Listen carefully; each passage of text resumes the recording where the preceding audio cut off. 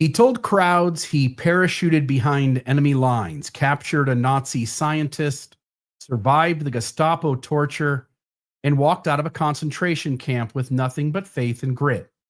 He moved audiences to tears. The LDS Church called him a modern day Captain Moroni, and Congress called him the hero from Utah. But none of it was true. Tonight, on Mormonism Live, we dive into one of the most astonishing deceptions in Utah history.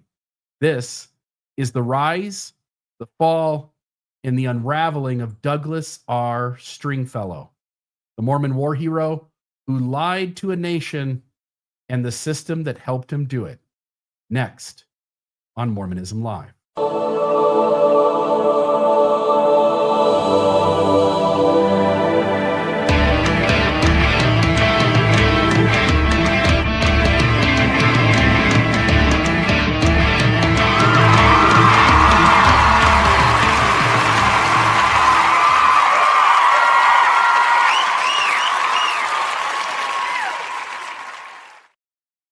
All right. Welcome, Mr. Radio Free Mormon. How are you this evening?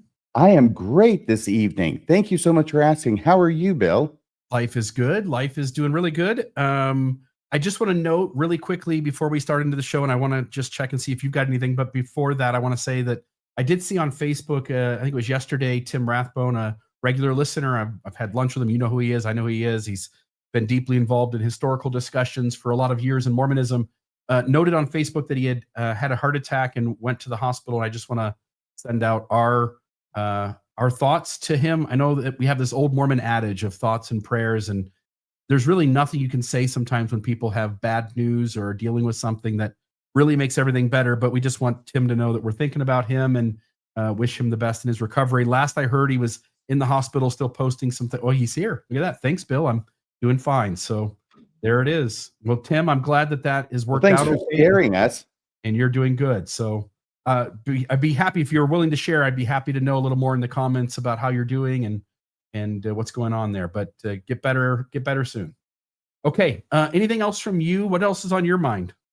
What else is on my mind? Well, we're starting at a new time. This is the first time in the history of the show. Yeah, which is becoming long and varied. That we're starting at 6:00 p.m. Mountain Time. Yeah. Nice. So here it is. This is a new tradition. We said it last time, but the reason we started at 6:20 was because I got out of work at 6 and I needed a little bit of time to get ready for the show. And now we're here. It was a temporary commandment. It was a temporary commandment, Mr. Radio Free Mormon. And now it's going to be so easy to remember for everybody who wants to catch every one of these live shows. Monday will be at 6:00. This is all Mountain Time. All right. 6:00 for the newscast, 6:00 on Wednesdays for Mormonism Live, and 8:00 p.m. Fridays for Mormonism After Dark. There it is. So 6 p.m. for everything but the late night show. I've got to tell you something about this whole thing. The Mormon politician exposed as fraud. Yeah. And talks about Douglas Stringfellow. I had never heard of this fellow before. I've never heard the name before. It's an unusual name. I would think if I had heard it, I would remember the name, if nothing else. And I was astonished that all of this transpired, not just in private, but in public and sometimes in painful public, not that long ago. Yeah, this was an interesting story. And I didn't know about this either. Again, I'm always surprised after all these years, decades doing research in Mormonism, that really no year goes by that I don't learn a lot of new things. And this story, somebody raised this up maybe a month ago or so and said, I don't remember what we were covering at the time, but they said, sort of in connection with what you guys are talking about, this Douglas Stringfellow story would be a great story to tell your audience. And I thought, well, I'll go looking for it. And I did. And it was plenty captivating enough to include into a show of Mormonism Live. And wow, it's like Douglas Stringfellow was Paul H. Dunn before Paul H. Dunn was cool. Yes, this is the guy. So let's begin. I'll click here on the slide. We'll just start. I'll read the first slide. We'll just switch every other one. But there's plenty of story here. There's probably about 30 slides or so. Yes. And I think there's you pointed out earlier in our conversation that so many twists and turns in this story. So this will be a lot of fun. I will say it Douglas, again that I've never ever gone through a series of slides for a podcast anywhere that had me so captivated and wanting to find out what happens next. yeah, look at that. I love it. And all the things that we've covered, that's saying a lot, right? It really is. So see if Yeah. you agree with me. Douglas Stringfellow was born on September 24th, 1922, in the small farming community of Draper, Utah. Raised in a faithful Latter-day Saint family, he grew up imbibing, and is that how you pronounce that? Imbibing the Imbibing.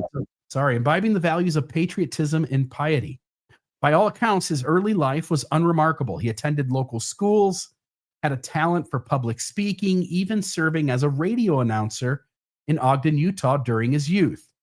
Like many of his generation, Douglas's life took a sharp turn with America's entry into World War II. In 1943, at age 20, he enlisted in the U.S. Army, eager to serve his country. Do you want to say anything here?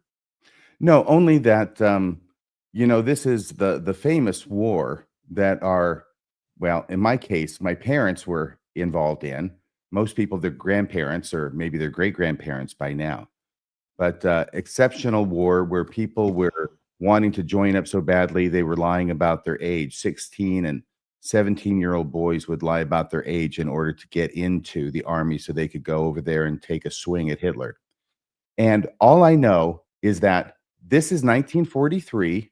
He's age 20 and he enlists in the U.S. Army. And it's nothing bad about him. I just sense there's a story behind that as to why it is he waited till the comparatively late age of 20 and 1943. Yeah, and I know that you were going to note, we'll see it late, when we actually won't see it later, but it was in a video that I took some footage from that we will see that footage. But you noted to me earlier today that the wife, and we'll get to her in a minute, but the wife says that he was drafted. And So. that almost certainly was the case. I couldn't find that data point anywhere. And there is some questions, as we'll get into later, about the trustability of the wife's narrative around at least some things. And so I left the slideshow saying he enlisted because that's the story that I got in one spot, but I couldn't find anything about being drafted. So we'll just note that he may have been and probably was drafted considering the year. And as RFM pointed out, World War II. His wartime service, however, would prove brief and tragic. In late 1944, Private Stringfellow shipped out to France as an infantryman. Just a month into combat, he was gravely wounded when he stumbled upon a hidden German landmine. The explosion shattered his lower spine and left him permanently paralyzed from the waist down. He spent the remainder of the war in military hospitals, battling infections and depression as he struggled to adjust to life in a wheelchair. For his sacrifice, Stringfellow received the Purple Heart, honoring the injuries he sustained in the line of duty. But there were no medals for heroism beyond that, at least not yet.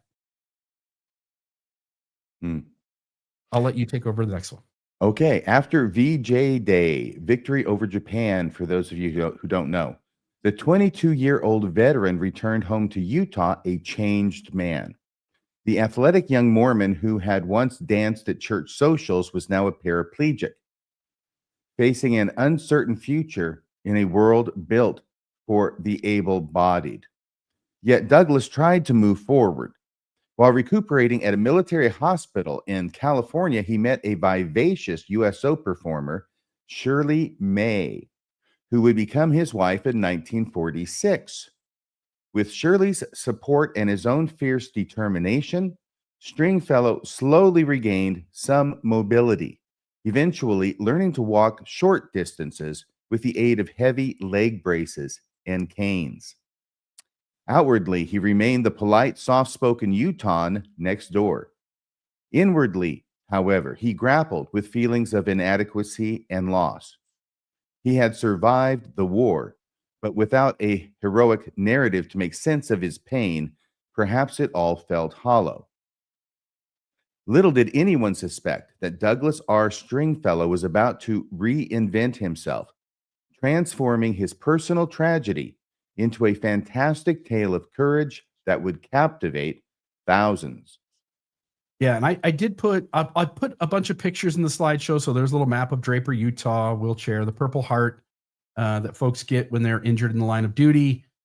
This is not we do have images of the wife. I think it's on the next slide, but these are USO performers up there, and whenever there's military confrontation or military personnel overseas, the government, of course, is always sending performers out, and especially attractive women, to sort of appeal to the soldiers, And funny comedians who look remarkably like me.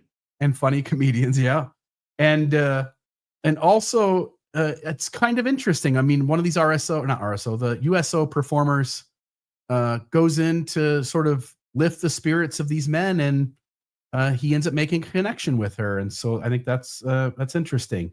These are pictures of her. So this is Shirley May. And there's a picture of Shirley May with Douglas Stringfellow. There's some pictures of their family. So there's them and their kids, a family photo on the left, another family picture there on the right with some other people in it. When I was seeing these pictures for the first time, Bill, and I was looking at them out of order because I look at pictures first, I had no idea that he had suffered these kinds of injuries from looking at the pictures. And then I realized after finding out about the injuries that they must have been very carefully posed where he was concerned, I suppose. Yeah, I think he does learn to walk a little bit, like that last slide said, but he needs some assistance and can only go short distances. And he really is affected for the rest of his life. A war hero legend is born. It began modestly, almost innocently. In the late 1940s, Stringfellow was invited to share his wartime experiences at a local Mormon ward gathering. Of course, this is how so many faith-promoting stories start, is you're asked to stand up at the rostrum and share it with the crowd. So he does. They like a good story. Yeah, who doesn't? Here comes the travel log. Nervous and eager to inspire, he embellished his story beyond the drab truth of a landmine accident. The audience was enthralled. Buoyed by their admiration, Douglas added a little more the next time, and a little more the next, and a little more the next. Over months and years in LDS firesides, church conferences, Rotary Club luncheons, Stringfellow's tale grew into an epic saga. But, they loved it this time. Next time, I think they'll like it even better. Wait till they get a load of me. By the early 1950s, it hardly resembled reality at all. According to Stringfellow's dramatic narrative, he hadn't been a mere private in Europe. He'd been a specially trained agent of the Office of Strategic Services, known as the OSS. This was the World War II precursor to the CIA. In hushed tones, he described receiving a top secret mission straight from President Franklin D. Roosevelt himself. Douglas, this mission is critical, he imagined FDR telling him. You are expendable. And by the way, those quotes, okay, are those quotes actually from Stringfellow recounting the story and saying what it is that President Roosevelt told him? There were parts of the research where it fills in a little bit with some humor, and this was what it had. So I don't know that these are direct quotes, but what you can imagine is that on some level he does not like the story as it happened. And actually, I think in the clip that we have coming up from that old TV show, I think both of those are addressed. So I don't think those were part of the story. Okay, we'll see those here shortly then. Critical, mission critical, and you're expendable.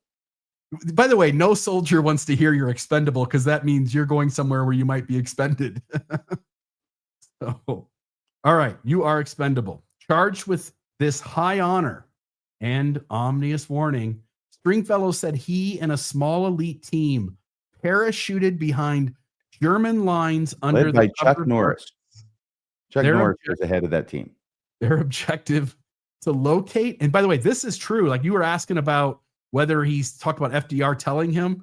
This is, I mean, the story's not true, but it is true that the way he told the story was that he was in the OSS, yes, and he had a special assignment.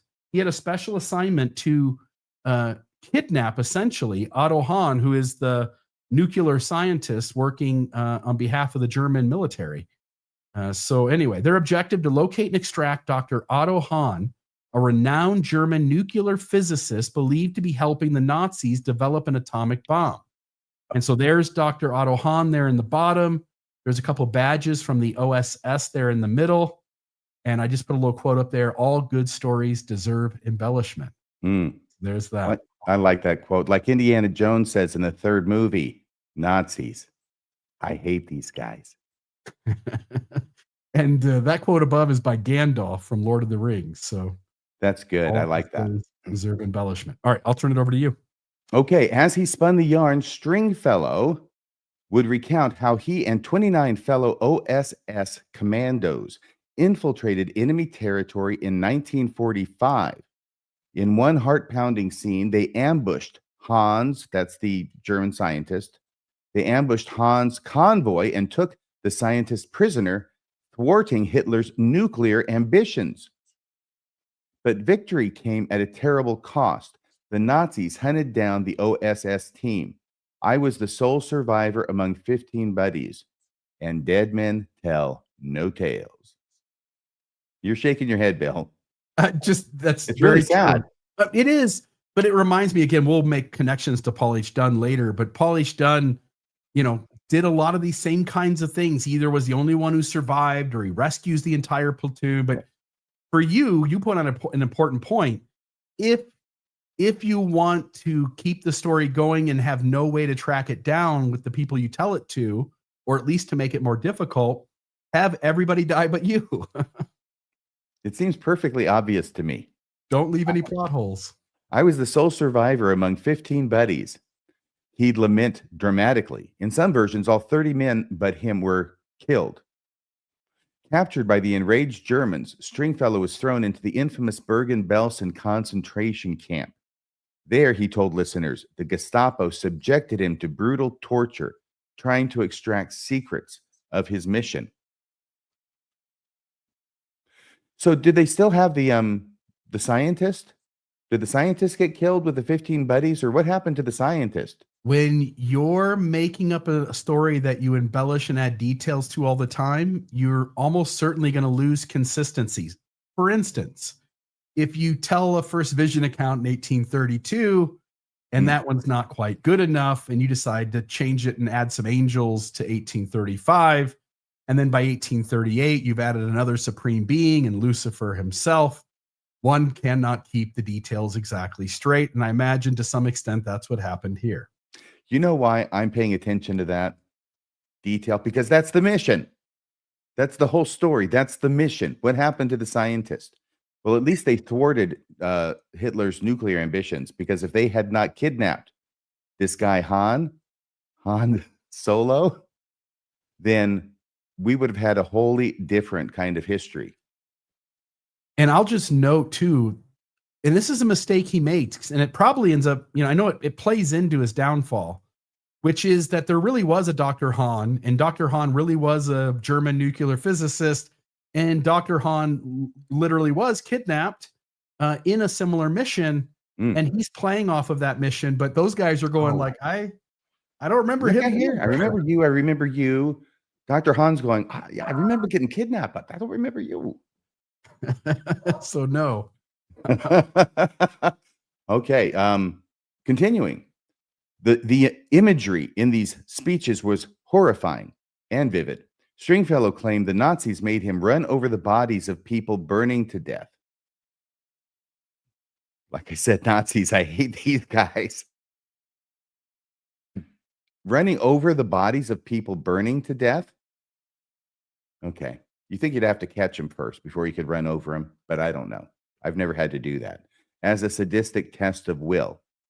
He spoke of watching his best friends flayed and beaten in front of him. I thought they were all killed. Oh, maybe some of them got captured and killed here. That's it. At one point, he would lift his trembling hands for the audience to see, pointing to faint scars at the base of his fingernails. Those scars, he said, were remnants of a particularly cruel torture. The Gestapo had shoved bamboo slivers. I don't know where they got the bamboo from. Maybe from the Schwarzwald. Under his fingernails and lit them on fire. Holy crap. That's the kind of stuff those people over in the Asian countries would do. Gasps would ripple through the crowd at this detail. Many listeners wept openly. I put a picture there of a finger with a sliver. Oh, I can't even look at it for more than a second before my stomach twists and turns. But Oh, is that a sliver in that fingernail? Yeah, yeah, I there hate is. that. Ooh. You know, I did something this morning at the apartment that was it was dumb. Maybe it was last night. I can't remember what it was, but it resulted in something very heavy and not sharp, but not terribly blunt either, raking across my thumbnail. Like it was like on a pot or a pan or something like that. And it was just like, ow, this really hurt. But then I thought, this is why God gave me thumbnails, Yeah, because it would be a lot worse if I didn't have that nail there to protect it. yeah, totally. And I'm just going to put my hand up here so I don't have to look at that finger anymore. Now that you told me it was a sliver. he See, tells before I knew it was a sliver, I was fine. I was happy. I was jaunty, jolly. But now you tell me it's a sliver, I can't look at it. and of course I put the picture there of Tobey Maguire crying. I think that's maybe from Spider-Man or something. But Oh, it is. you know, this is a Mormon thing, and you figure out it works. It's one of the things that happens when you're a Mormon who wants to create false stories is you get some practice early on and you realize how easy it is to make people emotional, to pull people into a place where they feel like they were spiritually pulled to believing your story is true. And those same tactics, while Mormonism names elevation emotion as the Holy Ghost, elevation emotion works in and out of the church, and people who feel those feelings are drawn to see good in the person that they felt them with, even if it's entirely manufactured. So I would see good there's in you that. if you switched the slide. Ah, there. There we I go. see good in you. Thank you. Here we are. Yet the plucky agent never broke under torment. In his telling, Stringfellow outwitted his captors and escaped the camp in a daring flight to freedom. Hey. Making his way across occupied France, he sustained one final injury, Oh, yeah. stepping on a landmine. The only kernel of truth in the whole saga. But even that, he liked to quip with a self-effacing smile. Is that effacing, right? Smile. Effacing. Like Sorry. self-deprecating. Yeah. Was Losing part face. of the plan. I promised Uncle Sam I'd leave a piece of myself in Europe. It was a dark joke that inevitably drew applause for the young hero sacrifice. Again, when you get President Roosevelt, who says that you are expendable, he's sort of building the later part of the story, which is I actually was expendable and got hurt, and these things happen. So, And did he say, I told President? No, President Roosevelt tells him you are expendable. Yes. And then on what did he say here on the one you were just quoting? The one here, just here, he said he sustained one fine. He said, Oh, I but even promised that, Uncle Sam, not promised Uncle. No, not Frank. Uncle Franklin Roosevelt. I promised Frankie, Uncle Sam baby. I'd leave a piece of myself in Europe. That's such a heartstring puller, you know. I promised Uncle Sam I'd leave a piece of myself in Europe. I don't Why? understand. Maybe that's riffing on an expression that's unfamiliar to me. I understand the joke part of it. I just am not familiar with it being used normally. There's a cliche, you know, if you're really going to dedicate yourself to a people somewhere. So, for instance, missionaries, when they go on a mission to some other country, I've heard it referenced before that I left a part of myself there, that I served them so, I served with all my might that I left. But it's usually because of some place that you loved. Yeah. Right. I left my heart in San Francisco. Right. I get that. Yeah, but I just don't get it here where you're going into hell. Yeah, I think in order to create an embellished story, he's trying to build moments in the story where you feel things. And he may not be using it appropriately, but it does the trick he wants it to do. Right now in my mind's eye, Horatio, I'm imagining Jared Halverson telling these stories. Yeah, it could be something similar to that. Or Brad Wilcox or something. In this retelling, Douglas imbued his ordeal with a sense of divine purpose. He hinted that Providence had spared his life for a reason. Sometimes he described praying in his jail cell or feeling the comforting presence of God amid unspeakable pain. For his listeners, many of them fellow Latter-day Saints who cherish stories of faith and endurance, the tale rang true on a spiritual level, if not a literal one. Here was the humble Mormon boy who had given everything for God and country, and a living example of courage, patriotism, and testimony. How could they not love him? By the time I love him. Yeah, I love him already, huh? Yes. How can you not love him? Yeah. I'm By the really time- sad that Go ahead. Sorry. this is going to sound so corny. And I don't even know if it's true, but it's what comes to me. So I'll say it to you, okay? It is so sad, and I feel so saddened that he apparently did not recognize that his real service was exceptional enough. Yes. And it says a lot about people like him and Paul H. Dunn. And there's another person I'll show later that folks will make the connection with. But there's something inside that says I'm not important, I don't matter, there's nothing special about me. That one goes to great lengths to create a narrative so that they can be special, so that they can be exceptional.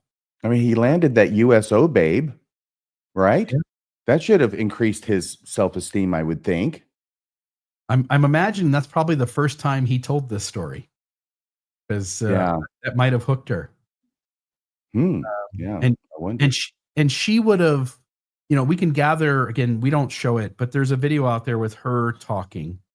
And it seemed like on some level, I mean, she loved her husband and Very much. and she believed the story, it seems. And so she was probably told the story from the beginning, at least in some variation of it. Yes. And I'm sure Okay. she loved him even when she let slip the word drafted. Yeah. All right, let's see here. Where am I at? By the time Stringfellow finished speaking, there was rarely a dry eye in the hall. He had the oratorical gift of a preacher, leading audiences on an emotional roller coaster from terror to triumph. Invariably, he ended his talks by crediting the grace of God for his survival and urging others to serve with honor. Listeners rushed forward to shake the hero's hand, often having to settle for patting his shoulder as he sat exhausted in his wheelchair.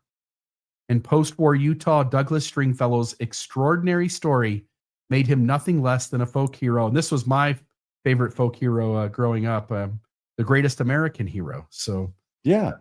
Well, Stringfellow stopped Hitler from sending nuclear bombs over to the United States after England. yep. I'm trying to think if the next slide has something on this grenade, but there was, no, it wasn't. There was something about this grenade. It's a special kind of It's a bouncing grenade. Betty. Yeah. And That's there's what the Americans called it. yeah, and there's quite a few videos out there that describe this. Yeah. Go ahead, RFM, please. When the trigger is launched, it doesn't blow upward. It launches upward to about waist level and then blows in all directions with around 360 pieces of shrapnel. Yeah. So not like a normal landmine that just blows you up, but rather, like you say, it gets up off the ground so that it can do maximum damage to not just the person who stepped on it, but to everyone around in a significant way. So anyway, yeah, there's several videos out there, and if people are interested in World War II and the artillery and stuff that were used in World War II, there's quite a bit out there. But anyway, I'll turn it back over to you. Okay, fame, faith, and fabrications. Word of Stringfellow's sensational cloak and dagger exploits spread quickly. Throughout the early 1950s, he was in constant demand as a public speaker at American Legion halls, Kiwanis clubs, Boy Scout jamborees, and not least of all, LDS firesides and state conferences. Everybody's going to want this guy to come and talk. The church itself gave him frequent platforms. He spoke at tabernacles and meeting houses up and down Utah, often invited by local Mormon leaders, eager to inspire their youth with the real-life Captain Moroni. He also addressed civic organizations and schools where students marveled at the soft-spoken veteran with movie star looks who had outfoxed the Nazis. And here, I sense him just getting swept away with this whole thing, like a flash flood of his own making. But nevertheless, As the tale evolved, so did Stringfellow's celebrity. He was showered with honors from civic and veterans groups. The Junior Chamber of Commerce named him one of the 10 outstanding young men in America. He received a mantle full of awards, plaques, and honorary medals, some legitimate, others based on his mythical heroism. By 1952, Hollywood had even come knocking. A handful of film studios began a bidding war for the rights to Douglas's life story. America, it seemed, could not get enough of this courageous GI turned spy who had overcome such odds. And now it gets really, really interesting. The national media took notice as well. This is one of the points where I'm going, oh, you've got to be kidding me. In 1953, the popular television program, This Is Your Life, surprised Stringfellow. That's why surprised is in there, Bill. We were talking about this earlier, right before the show went on. And it occurred to me that Bill was not aware that when you go on This Is Your Life, it's a complete shock to the person who's being celebrated, right? The family, the friends, they know about it. They get him there. But that's the closest thing to a surprise party, right? So Douglas Stringfellow is surprised at This Is Your Life, where now they're going to bring people up who are going to recount what a great guy he is. And at least one of those people is going to be talking about wartime. Before a live coast to coast, okay, This Is Your Life surprised Stringfellow as its featured guest. Before a live coast to coast audience, host Ralph Edwards narrated Douglas's heroic journey, fictitious heroic journey, bringing out tearful reunion guests, including, incredibly, a man introduced as Stringfellow's former commanding officer who praised his exploits against the Nazis. We'll talk about that here in a bit, too. Yeah, this is where it gets tricky because, and we'll play the footage here. So there's, I have watched like old reruns of this when I was a little kid. Yeah. You know, they hand every person a book and they bring, I remember like certain, you'd hear the voice of the person and the guest who's being surprised by it would have to guess who it was. Do you know that voice? And, but then they would bring them out and they would share a little more about the person. And it would be 3, 4, 5 people would come out and tell various stories of the person being celebrated. That's the show. You're right. And this is massively across decades. This was a hugely popular TV show. Yeah. And we'll see here. There was only one place on the internet that had any footage of this, and it was quite minimal, but I did capture all of it. And so we'll get to see all of that footage here next.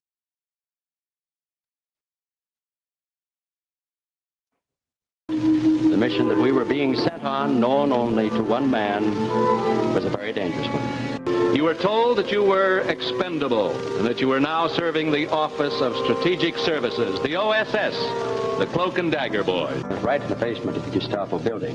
Right under the noses of the Nazis in the Gestapo building. Our mission, of course, was to stay so close to them that they couldn't expect us and try to outguess them on the spot for split-second operations. Working with the British and French, you capture a high German official and destroy all installations at that point. On a split-second schedule, you have a rendezvous with an Allied plane that lands in a hayfield to pick up 10 of your men and your famous prisoner. Now, you, Doug, with 4 of your men, armed with Tommy guns, form rear guard protection. The plane is 3 minutes late, but the mission is accomplished. We were off schedule on our split-second plan, and immediately we felt the sharpness of bayonets in their backs. They'd caught up with us. We were first stripped of all of our clothing, then forced to walk across the street and watch them burn the church to the ground, and as persons would come running from the building, they were shot down in cold blood. At the infamous Belsen church to the ground? Threatened, starved, and tortured. After 8 days, with the help of the German underground, you managed to escape. Your method is still a top secret.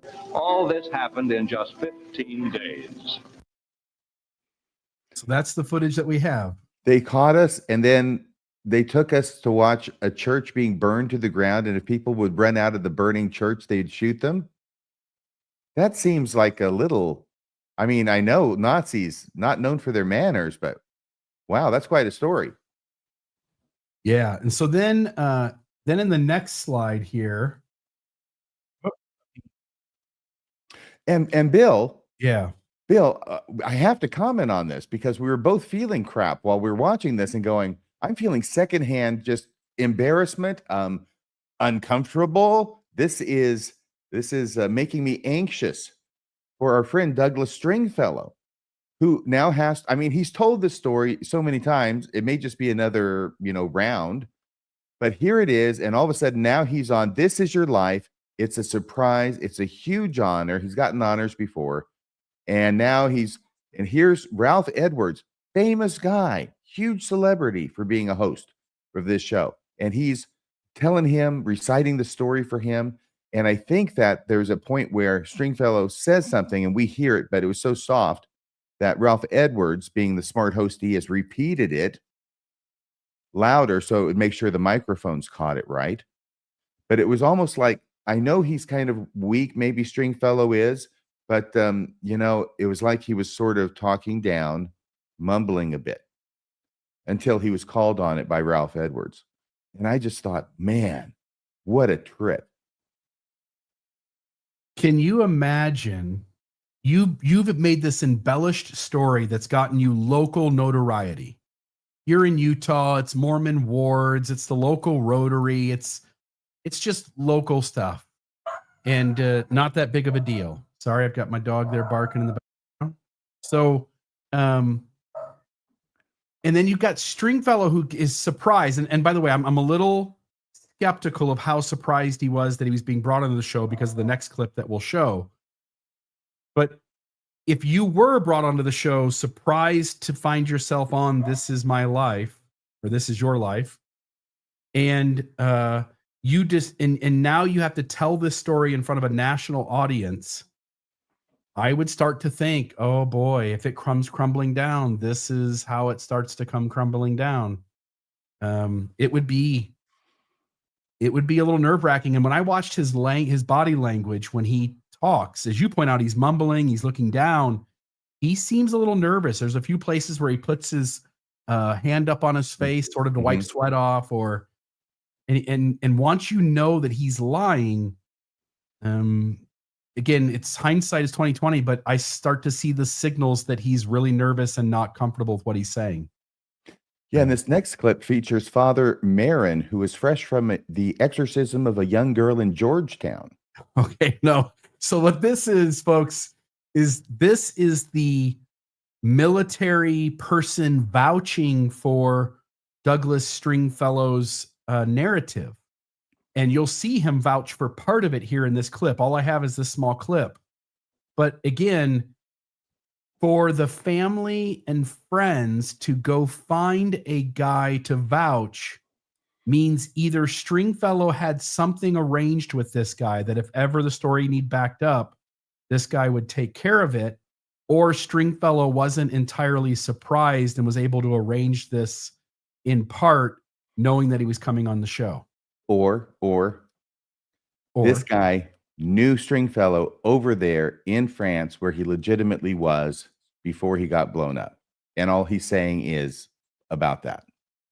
And nothing. Because at least in the clip you have, he doesn't say anything about the crazy, cloak and dagger, GI turned spy story. Yeah. So let's listen, folks.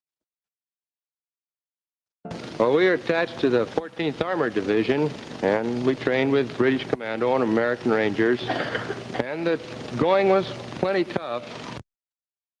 And that's it. There you go.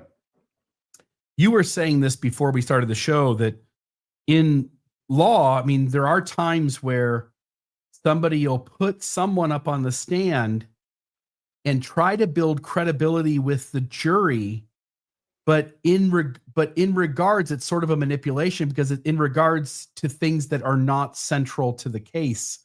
Do you want to talk maybe just a moment about that? Because I do think it's interesting to folks. Oh, well, what happened, and correct me if I'm wrong, Bill, but you got a different impression of this clip than I did. Is that right? Well, I don't think, here's what I'll say. The way he answers the question, I almost wonder is that he comes on the show, he knows Douglas Stringfellow, he really did serve with him, but he also knows that none of this other stuff happened as far as he knows. It doesn't really make sense. He sort of seems like, well, I don't really know the rest of the story, but I can say these things is kind of how his body language comes off to me.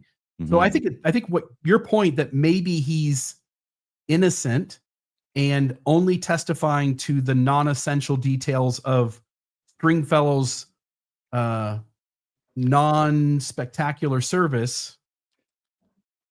And the idea occurs to me, of course, this guy wasn't on the secret mission because Stringfellow killed him, remember? Before they got out of Germany. Yeah, they all died. So this guy couldn't have been on that. No. And how would he know about a secret mission? It's secret.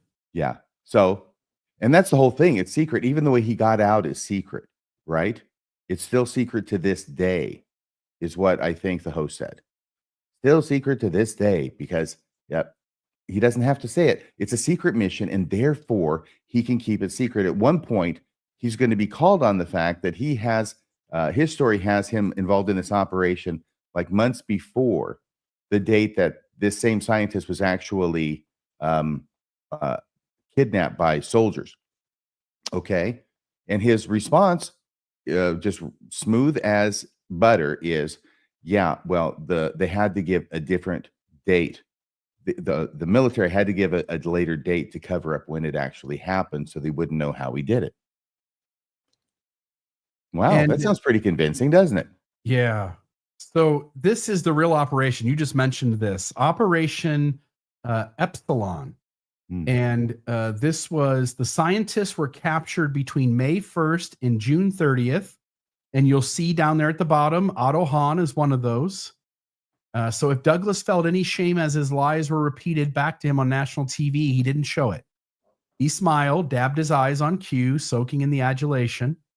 Unbeknownst to the show's producers, some genuine World War II veterans who actually had helped capture Otto Hahn were watching that night in surprising anger. I mean, I don't mean surprising as in their anger was surprising to us. I mean that they were caught off guard and would have felt anger naturally at seeing somebody taking the credit for something that they were participated in that the other person had not. So I'll just say here, some genuine World War II veterans who actually had helped capture Otto Hahn were watching that night in anger, realizing someone was stealing their valor. It was a critical turn. Whispers of Stringfellow the fraud began circulating among ex-servicemen, planting seeds of doubt that would later grow. But just to note here, this was a real mission where Otto Hahn was actually captured. So Douglas Stringfellow is about to get swift boated. That was the John Kerry swift boats, right? Yeah. Yes, exactly. Where the guys who were actually on the mission with him said, we don't remember it that way. Yeah. There's been and a lot of Kerry, he wasn't quite as big a hero as he's making it out to be. Anyway, yeah, it was a huge deal back in, what was it? I don't know, 88, something like that. There was, maybe a little later than that, but yeah, so it was in the 90s, 90, I think it's the next one. 96. Yes, 96 or 2000. Okay. But yes, and anyway, I'll just note, there's been a lot of those folks in history generally, but in Mormonism has their fair share of them. Anyway, I'll turn it over to you. He's not going to be swift boated. He's going to be Captain Moroni'd to death. For now, however, the legend only grew. You see, I mean, we live in 2025. It's May 21st that we're having this show. And this is back in the 1940s and 50s. And things traveled a lot slower back then, I think. And it took a lot longer for people to start putting two and two together. And nobody wants to do this, right? Nobody wants to do this. This guy's a hero. What a great guy. And he suffered horribly for serving his country. And, nobody wants to take, he's not hurting anybody. But when the guys who are actually on the freaking mission that got the German scientists that he's claiming he was on and he was the hero on and they're all dead, yeah, I think they could start taking it personally. And I think that is what tipped it over. So the charismatic young veteran also appeared on the popular radio drama series Suspense, which dramatized an episode of his supposed OSS adventures. He was profiled in newspapers from Los Angeles to New York. The Los Angeles Examiner even ran a series of ghost-written articles under Stringfellow's byline, recounting his heroic deeds in breathless prose. One Examiner piece noted a small discrepancy. The U.S. Army's records showed Otto Hahn, the German scientist, had been captured months after Stringfellow claimed to have nabbed him. Wait a second. But Douglas coolly explained that away. Of course, the Army filed it late, he said, to keep the OSS mission secret. Such was the audacity of his fabrications. A falsehood piled upon falsehood, confidently delivered.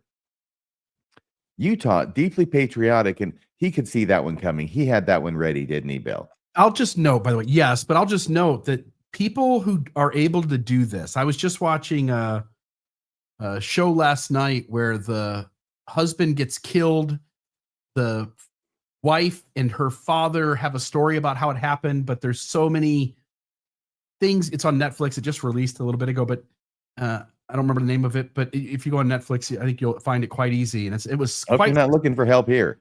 No. I have no idea. I'm sorry. Yeah, it was quite suspenseful. I'm just saying to the audience because it was so good that I think it is fun to watch.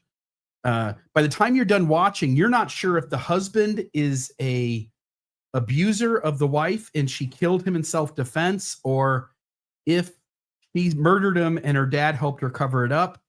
And I'll just say that when somebody is really good at lying, they've made a life out of it. Mm-hmm. Whenever you catch them in the act, they have a natural go-to that solves the next question. And there's a quickness to that kind of mind that's making up details as you go and can circumvent your criticisms of the story where you're finding things that don't add up. That I'm quite impressed with those people that are able to do that. Thank you. Oh, you're welcome. All right, go ahead. Continue. I look at this picture of Captain Moroni, and I must say I am grieved by his grieves. Utah, deeply patriotic and heavily Mormon, embraced him as a favorite son. Of course they did. To the LDS faithful, Douglas's story was practically a faith-promoting parable. He was living proof that God protected his servants just enough, and that even the weakest could become strong through righteousness. Parents held him up as a role model to their children. Church leaders praised him from the pulpit as a modern-day Captain Moroni, defending liberty. It's not that no one had suspicions. A few skeptical journalists and veterans in Utah quietly questioned the veracity of Stringfellow's tale. But challenging the narrative of an honored war hero and fellow Mormon was a risky proposition in that era. Even Stringfellow's political opponents hesitated to make an issue of his war record, lest they appear to be smearing a man in a wheelchair who had served his country. Yeah. And so by 1952, Douglas Stringfellow's star was rising high, and it was about to ascend even higher into the realms of politics. Encouraged by Utah's Republican Party leaders who saw his popularity and compelling story as electoral gold, Stringfellow set his sights on public office. In 1952, he announced his candidacy for the U.S. Congress, aiming to represent Utah's first congressional district in the House of Representatives. He was just 30 years old, no prior political experience, but that hardly mattered. He had become a household name in northern Utah. Campaign strategist shrewdly turned his rallies into something akin to revival meetings. Doug would take the stage to cheers, relate highlights of his war saga with all the drama and emotion he had won hearts over before, and then pivot to a patriotic message. America needed integrity, courage, and faith, qualities proven by his own life story. The effect was electrifying. Voters were moved not only by his past heroism, but by his earnest promises of future service. Right. And you know, I think that's great. I love this picture, by the way. I love the suit. I love the tie. I don't know if I like the matchy pocket handkerchief so much, but who wouldn't vote for this guy, especially with such a great military story that brings you to tears? Of course, everybody's going to vote for this guy. Yeah. All right. It didn't hurt that 1952 was a banner year for Republicans nationwide, with popular war hero Dwight D. Eisenhower at the top of the ticket. In Utah, Stringfellow's Democratic opponent hardly knew what hit him. How do you campaign against a decorated veteran in a wheelchair who also happens to be a spellbinding speaker? The answer, you don't. Not successfully, that is. That November, Douglas R. Stringfellow won in a landslide. It was the largest victory. It might be up even past today in terms of winning a congressional seat in Utah. But this guy at the time, for sure, it was like the biggest landslide victory on the books. So in Utah, Stringfellow's Democratic opponent hardly knew it hit him. Let's see here. That November, Douglas Stringfellow won in a landslide, taking nearly 60% of the vote. Newspapers printed celebratory headlines like "War Hero Wins Seat in Congress," and local LDS congregations offered prayers of thanks. Utahns beamed with pride. One of their own, a temple-worthy Latter-day Saint and modern-day Captain Moroni, a bona fide war legend, was heading to Washington. Mr. Stringfellow goes to Washington. Yeah, look at that. Oh, that's right there. It is. Mr. Stringfellow goes to Washington. Yep. And then the people in Utah practically drafted him to represent them in Washington. He ran and won by the biggest landslide in the state's history. So that was a magazine published in 1952. 30 years old he was at the time. And then we get to here. Once sworn in as congressman in January 1953, Stringfellow continued to cultivate his hero image. Colleagues on Capitol Hill found him personable and courteous, if a bit self-aggrandizing whenever talk turned to the war. He made sure to display his supposed Silver Star ribbon alongside the Purple Heart on his lapel. So he got a Silver Star as well, eh? A visible reminder of his valor. At times, he regaled fellow lawmakers with censored versions of his OSS exploits. Few doubted him. After all, who would make up such stories? Yeah, who indeed? In Congress, Representative Stringfellow's performance was respectable, if not remarkable.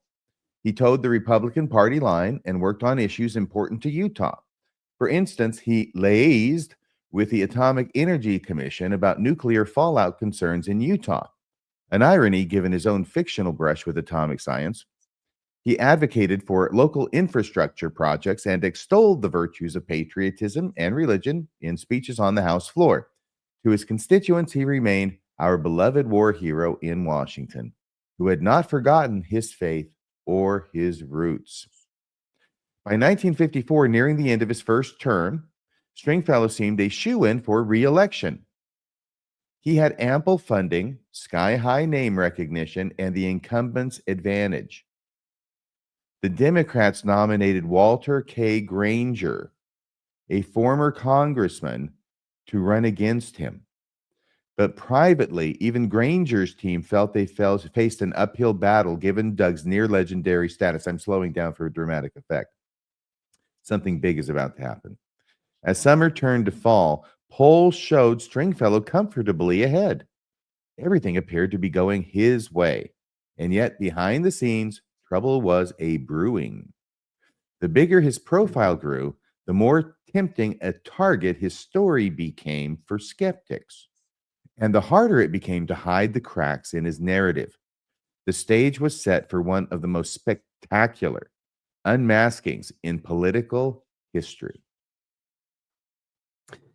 If we were doing podcasts back then, I have a hunch that we might have figured this out, or at least grabbed onto it and added evidence to it once there was even a whisper of this being not true. That would have been a lot of fun. It would have been a lot of fun if we could have broke this story. Yeah. So there's that. All right, there's a picture again. Let's see here. Salt Lake, October 16th, Utah Congressman, happy family man, Representative Douglas R. Stringfellow, Republican Utah, who tonight admitted his story of World War II cloak and dagger adventures. And that goes on about it was a hoax. So this is after he comes clean, but it is another family photo there. I'll just note that. Here's President Eisenhower with Douglas R. Stringfellow. I'm absolutely in love with Eisenhower's necktie. Yeah. I just wish this was a color photo. Looks sort of like dice, but but it's not that. I don't know what that is, but that It's looks a cool. fantastic 50s flamboyant design. Yeah. So there's the president with the congressman. In early 1954, faint whispers began circulating in Utah political circles. Was Congressman Stringfellow's war record too good to be true? By the way, Mormons don't, when you're a believing Mormon, you don't hold the normal line that everyone else holds for bullshit. Like you allow, I'll give an example. When Elder Holland tells the story of the kid going on a mission out of state, meets his brother, the dogs. The first time I hear that story, I'm like, That didn't happen. That didn't happen. No. And, when we did the plane episode on President Nelson, the Bonnie Cordon stuff, as we started to find out about little Derek Cordon. Yeah. I always say the Richard Nygren. There's just a handful of these where you're like, the moment you get the first piece of evidence, you're like, nope, that's not real. And our radar for seeing those things and noticing them seems to be way different than the believing Mormons' radar for these things. There's a lot more allowance for flamboyant, faith-promoting, highly embellished stories that would normally be seen as there's something, a little off with that. That's too unlikely. There's too many miracles in that story. Right. And Tim Ballard would be an example. Yeah. For those who are still passionate about him and following him as their hero, who are LDS or otherwise, I suppose, but especially if they're LDS, because then you got that factor that you're talking about, right? He's not LDS anymore. Anyway, they've got to overlook a whole lot of stuff in order to keep those fires burning. Yeah, and they seem to be able to do it. Okay, so a few local journalists had quietly tried to verify pieces of his saga and found puzzling inconsistencies. As noted, the capture of Otto Hahn was documented by Allied forces months after Stringfellow claimed to have done it. Additionally, records showed Stringfellow had served in the Army as a low-ranking private. There was no indication of OSS training or a Silver Star award in the official files. Oh, so he didn't have a Silver Star? He was faking that? He produced one, but he was never given one for his service. No. Oh, no. Yeah. That's That's a felony, if I'm not mistaken, to I don't know what the right word is, but I'm going to say impersonate having medals and producing medals that aren't really yours. So there's, that's a big no-no. I'm sure it's in the military code. Yeah. Yeah. There was no indication of OSS training or a Silver Star award in official files. These red flags caught the attention of Murray Moeller, the Salt Lake City bureau chief for a United Press, and Theron Little, managing editor of the LDS Church-owned Deseret News. Both men sniffed a potential scandal. It's funny, when it doesn't affect your church leaders, the Deseret News can sometimes be on it, But when the story is within their top 15, Scott Lloyd never catches on to those kinds of stories. So both men sniffed a potential scandal and began gently probing for more information. Under pressure, Stringfellow tried a preemptive tactic. In May 1954, he wrote a letter to the Deseret News addressing the ugly rumors. Oh, there's ugly rumors that are starting to circulate. Of course there are. Just like Joseph Smith has Section 101 in the 1835 version of the Doctrine and Covenants to say, hey, guys, we're not practicing polygamy or anything like that. In other words, you don't say it unless there's rumors going around for some reason. Yeah, he admitted he might have exaggerated a little. I might have exaggerated a little in retelling his war experiences, but insisted that the core story was true. I just exaggerated everything between me getting to France and getting blown up. Right. The supporting evidence, he claimed, was simply locked away in a secret CIA archive for national security reasons. It was a bold bluff, effectively asking the hometown paper and the voters to trust him unless the CIA itself said otherwise. Remarkably, it worked, at least temporarily. The Deseret News, rather than publish anything that could tarnish Utah's prodigal son, tucked Stringfellow's letter into a drawer. The editors adopted a wait-and-see approach, opting not to confront the congressman publicly. In truth, this reflected a broader reluctance among Utah's establishment to rock the boat. Republican leaders certainly didn't want their star incumbent embarrassed. We're watching this thing right now with the previous president, Joe Biden, and whether he had Alzheimer's or dementia or whatever in his 4 years as president, and the effort on the part of those who handle him, keeping distance of that away from the press, or keeping distance of that away from those who would see it and do something about it. And it makes a lot of sense. I think all systems of people are subject to behaviors of hiding things of the people they want to keep in leadership or have out front. And so it makes sense to me that the Deseret News would sort of just sit quiet on this until they had enough evidence to make it absolutely obvious or demonstrable. So anything you want to say about that? Well, just that it was a different day. And I think that John F. Kennedy benefited personally from that kind of attitude when he was the president in the early 60s. Yeah. So not just in the 40s and the 50s and the 60s. Yeah. Republican leaders certainly didn't want their star incumbent embarrassed, and even Democrats were hesitant to press the issue too hard. One veteran Utah political writer would later admit that back then, many felt it wasn't the media's job to expose Stringfellow. That task, he quipped, was the responsibility of Stringfellow's Democratic opponent. So there was that letter to the editor and red flags that they saw. So that's early 54, because things are happening fast and furious now. And I think they're going to come to a huge climax in late 54, right? October 15th? Yep. Oh, this is me. By autumn, however, the whispers had grown to murmurs and begun reaching beyond Utah.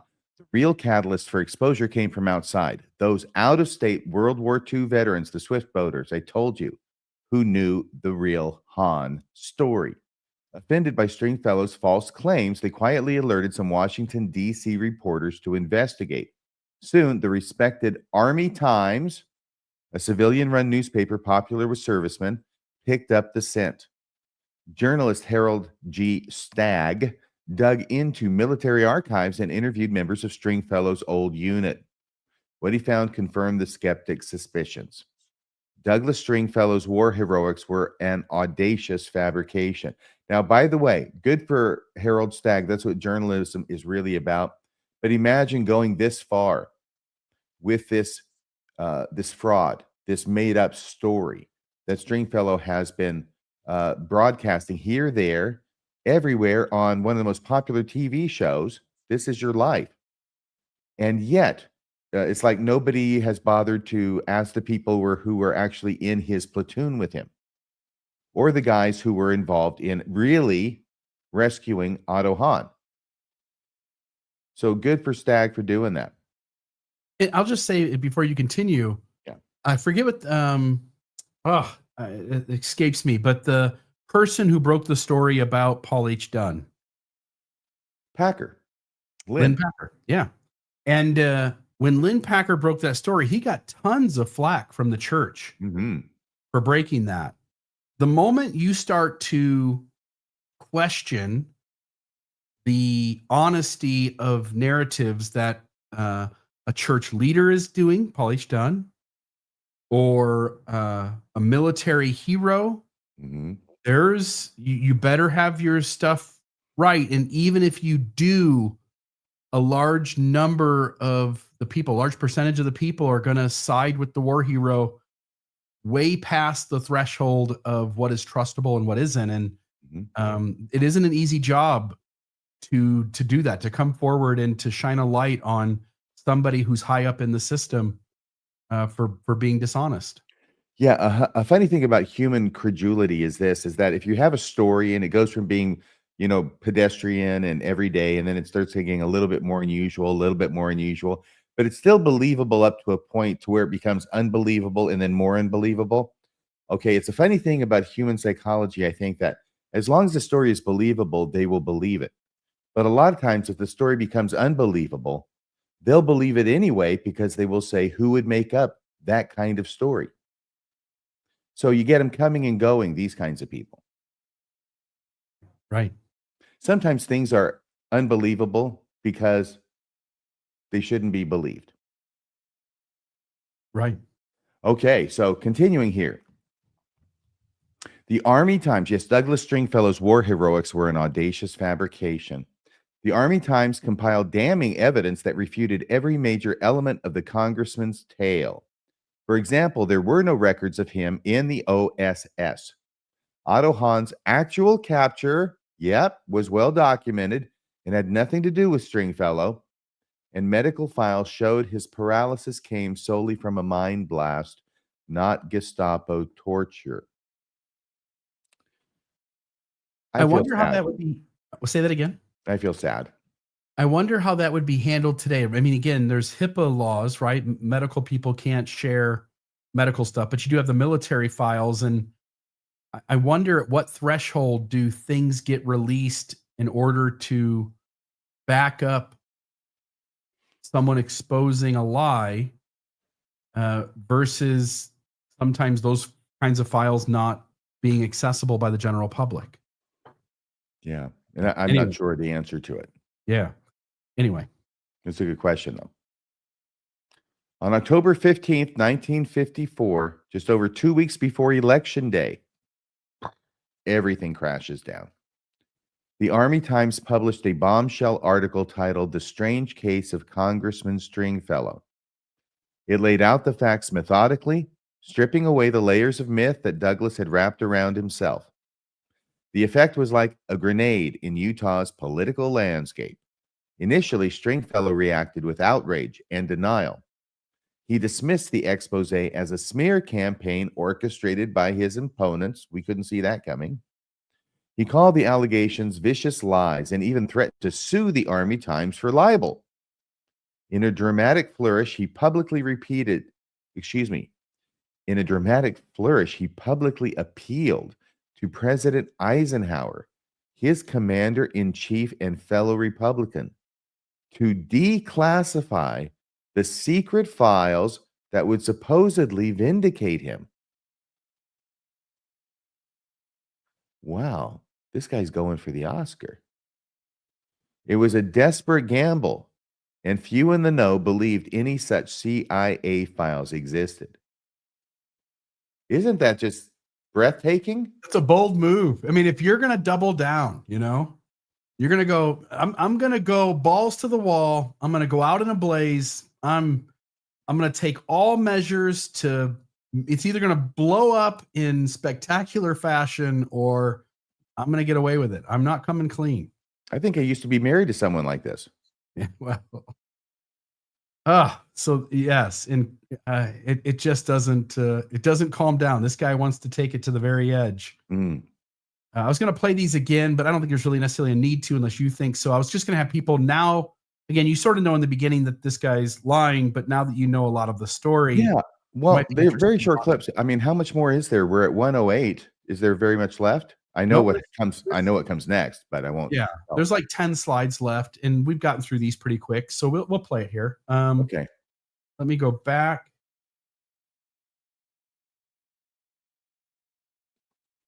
Take that off, put this on.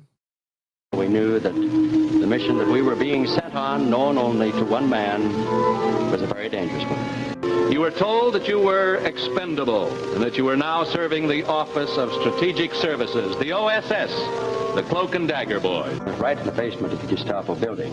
Right under the noses of the Nazis in the Gestapo building. Our mission, of course, was to stay so close to them that they couldn't expect us and try to outguess them on the spot for split-second operations. Working with the British and French, you capture a high German official and destroy all installations at that point. On a split-second schedule, you have a rendezvous with an Allied plane that lands in a hayfield to pick up 10 of your men and your famous prisoner. Now, you, Doug, with 4 of your men, armed with Tommy guns, form rear guard protection. The plane is 3 minutes late, but the mission is accomplished. We were off schedule on our split-second plan, and Immediately, we felt the sharpness of bayonets in their backs. They'd caught up with us. We were first stripped of all of our clothing, then forced to walk across the street and watch them burn the church to the ground, and as persons would come running from the building, they were shot down in cold blood. At the infamous Belsen prison, you're questioned, threatened, starved, and tortured. After 8 days, with the help of the German underground, you managed to escape. Your method is still a top secret. All this happened in just 15 days. Wow. Wow. They really hate churches, those Nazis. And then Oh, here's This is the scene where he says, "The power of Christ compels you." yeah, this is the guy who's vouching for parts of the story. And I just want you to again watch his body language. He might have been a little caught off guard by the parts of the story that even he didn't know about. Well, we are attached to the 14th Armored Division, and we trained with British Commando and American Rangers, and the going was plenty tough. I don't remember anything about that OSS yet, though.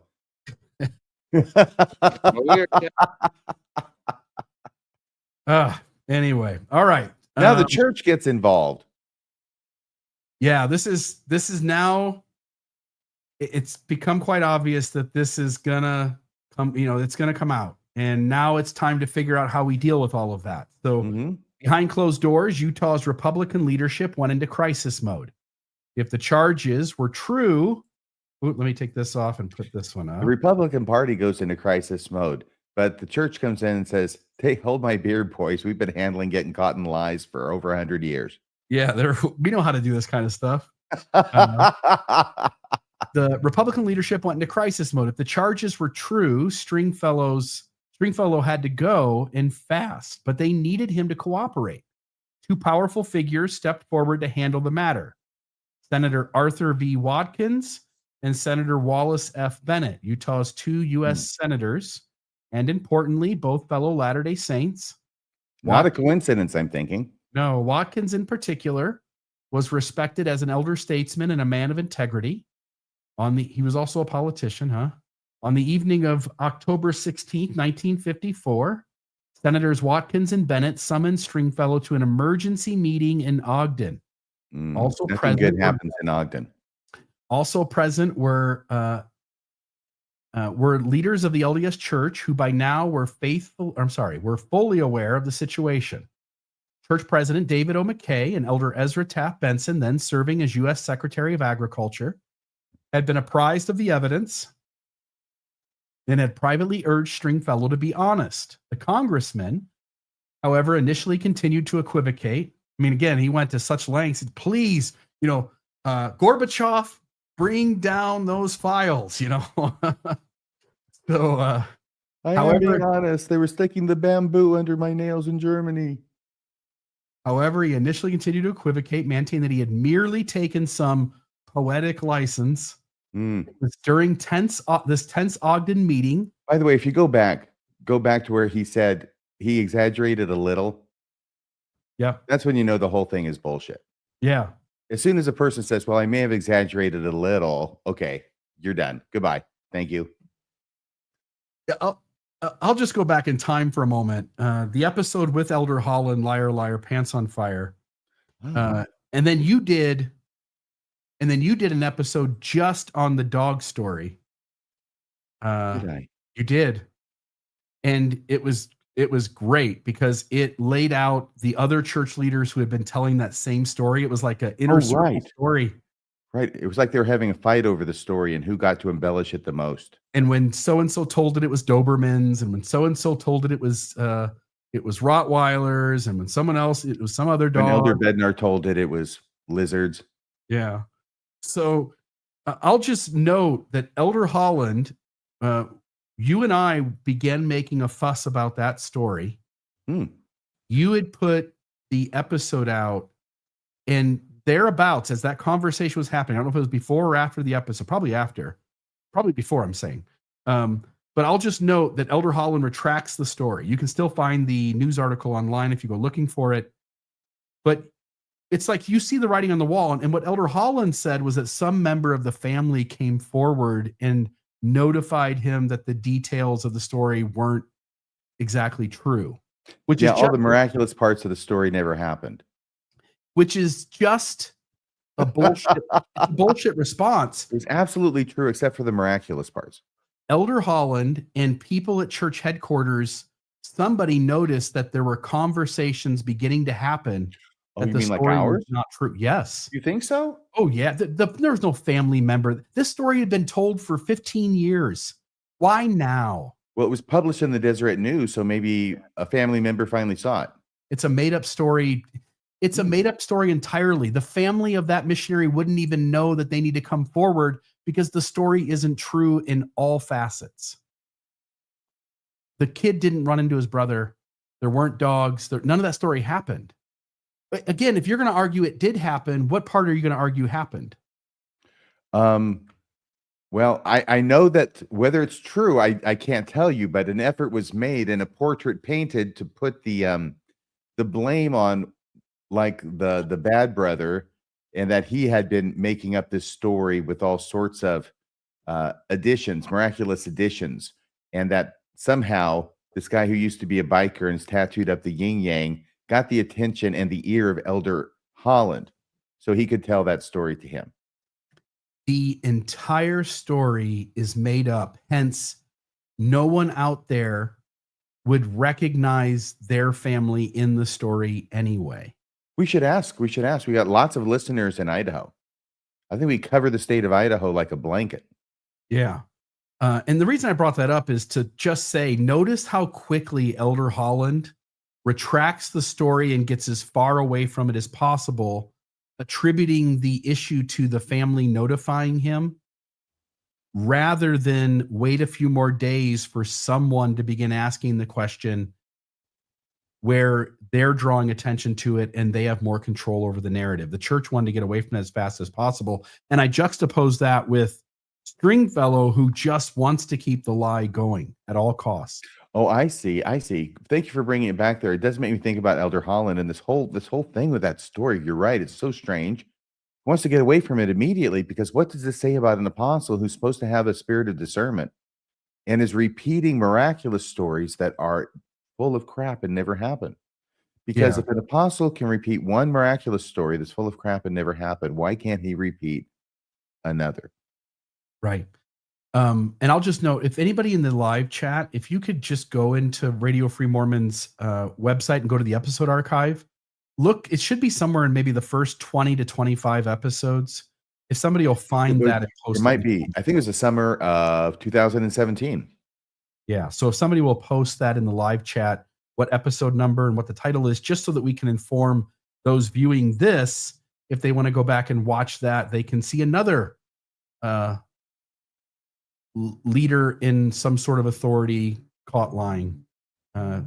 Not the first and not the last time. It was during this tense Ogden meeting that Douglas Stringfellow's facade finally crumbled. Faced with seasoned Utah leaders who made clear the game was up, and with news coming in that the story was about to break wide open, Douglas broke down and confessed. Yes, I mean, it is going to break wide open because it just got published the day before in the Army Times, right? Yep. It's coming to a head. Yes, yeah. He admitted in a shaken voice, the secret mission and heroics were a hoax. There was no CIA files to save him. It was all made up. One can imagine the heavy silence in that room as the enormity of what he had done hung in the air. Senators Watkins and Bennett were disappointed. Watkins later said he was heartbroken that a fellow church member had fallen so far. But they swiftly shifted to solution mode. How to extricate Utah and the church from this mess with minimal damage. The answer the answer they settled on was decisive. Stringfellow must immediately withdraw from the race and publicly come clean. Only a full, penitent confession could begin to restore trust, and time was of the essence. As one participant put it, better for Doug to tell the truth now before the CIA in Washington made public that there is nothing in their records to substantiate his claims. I got to ask you a question. Please. Yes, they did this. I think this was the smart move to make. Would they have made the same move if Stringfellow had been a general authority. No, and we know that because when Paul H. Dunn dishonesty began to surface, and when Lynn Packer came forward, the church reached out in various ways to try to silence Lynn Packer. He was made really uncomfortable within sort of connections with the church for bringing this story to the forefront. And the church has on numerous occasions, the SEC, we consider the matter closed, is a way to not be accountable and not put yourself in front of a microphone to answer the media's questions about how that came to be, right? In a normal situation, when somebody gets caught like this, the right thing to do is to stand in front of a microphone, address the questions, and lay out the story in full. Anytime the church has had something like this happen, they want nothing to do with answering questions. No. And there are many instances. Ronald Pullman, 1984, is another example of, instead of just coming clean and saying, hey, one of our 70s gave a talk that we don't authorize, we don't stand behind, and instead they created a fake talk and put a cough track in and put it on the VHS tape that showed up a month later at all the wards. Mm-hmm. This church hides things at any cost when it comes to the top 15 leaders and often even the 70s. It's true. Yeah. It is true. So, you're saying one more paragraph, I think. Yeah, I'm just, let's see here. Within hours, arrangements were made for Stringfellow to go on live television and radio that very night to confess to the people of Utah. The stage that had elevated him would now be the scene of his downfall. And just images there of a young Ezra Taft Benson. There's President David O. McKay. So there's them. And then what we end up having here, and I'll let you read this, and you can start, I believe it's the 8 a.m. is actually it starts with the earliest part there, Sunday, 10th of October, 1954. This is David O. McKay's journal, I believe. Mm-hmm. And this is the time frame covering all of this as it's happening and what David O. McKay records about this whole situation. Is it okay if I synopsize a bit? Please. So on the 10th of October, he hears a nasty accusation, a serious accusation against Stringfellow from the head of the Democrat Party in the state. On the 13th of October, in the morning, 8 o'clock, the First Presidency met with Stringfellow, Representative Douglas R. Stringfellow, and Secretary of Agriculture Ezra Taft Benson regarding a serious accusation. That's the same one, right? So it's 3 days later. And then at 3:15 that afternoon, he has an appointment with that same Democrat guy who came to him on the 10th of October about this case. 4:45 p.m., still on October 13th, has appointment with Stringfellow, Spencer Kimball. It says Junior there. Is that Spencer Kimball? It would be Spencer Kimball. I mean, the guy who's an apostle. Yeah, I would think so. I would think so as well. I'll look up while you're doing the rest of this. I'll look up if he had a son or a dad by a senior. Okay, and then he had a telephone conversation. I called by telephone Representative Douglas R. Stringfellow. I stated that we thought it was a good thing when we had a conference this morning that he and Brother Weilenman, the state Democrat chairman, meet and talk this matter over. Representative Stringfellow stated that he was leaving at 8 a.m. the next morning on a plane to go to Missouri to give a speech. He said he would have to meet with Mr. Weileman this afternoon. The representative stated that he would be at the Salt Lake City airport until Senator Watkins arrived on a plane, but he felt that he would be free by 4:30 p.m. and that he could meet anywhere as convenient. It was arranged for him to meet Mr. Weileman at my office at 4:45 p.m. Jeez. I mean, President McKay is in this up to his eyeballs. He's acting like an errand boy for a grocery clerk. He's the executive secretary. He's the mover and the shaker here, making this happen. And finally, it has to happen at his office. And it has to happen right now.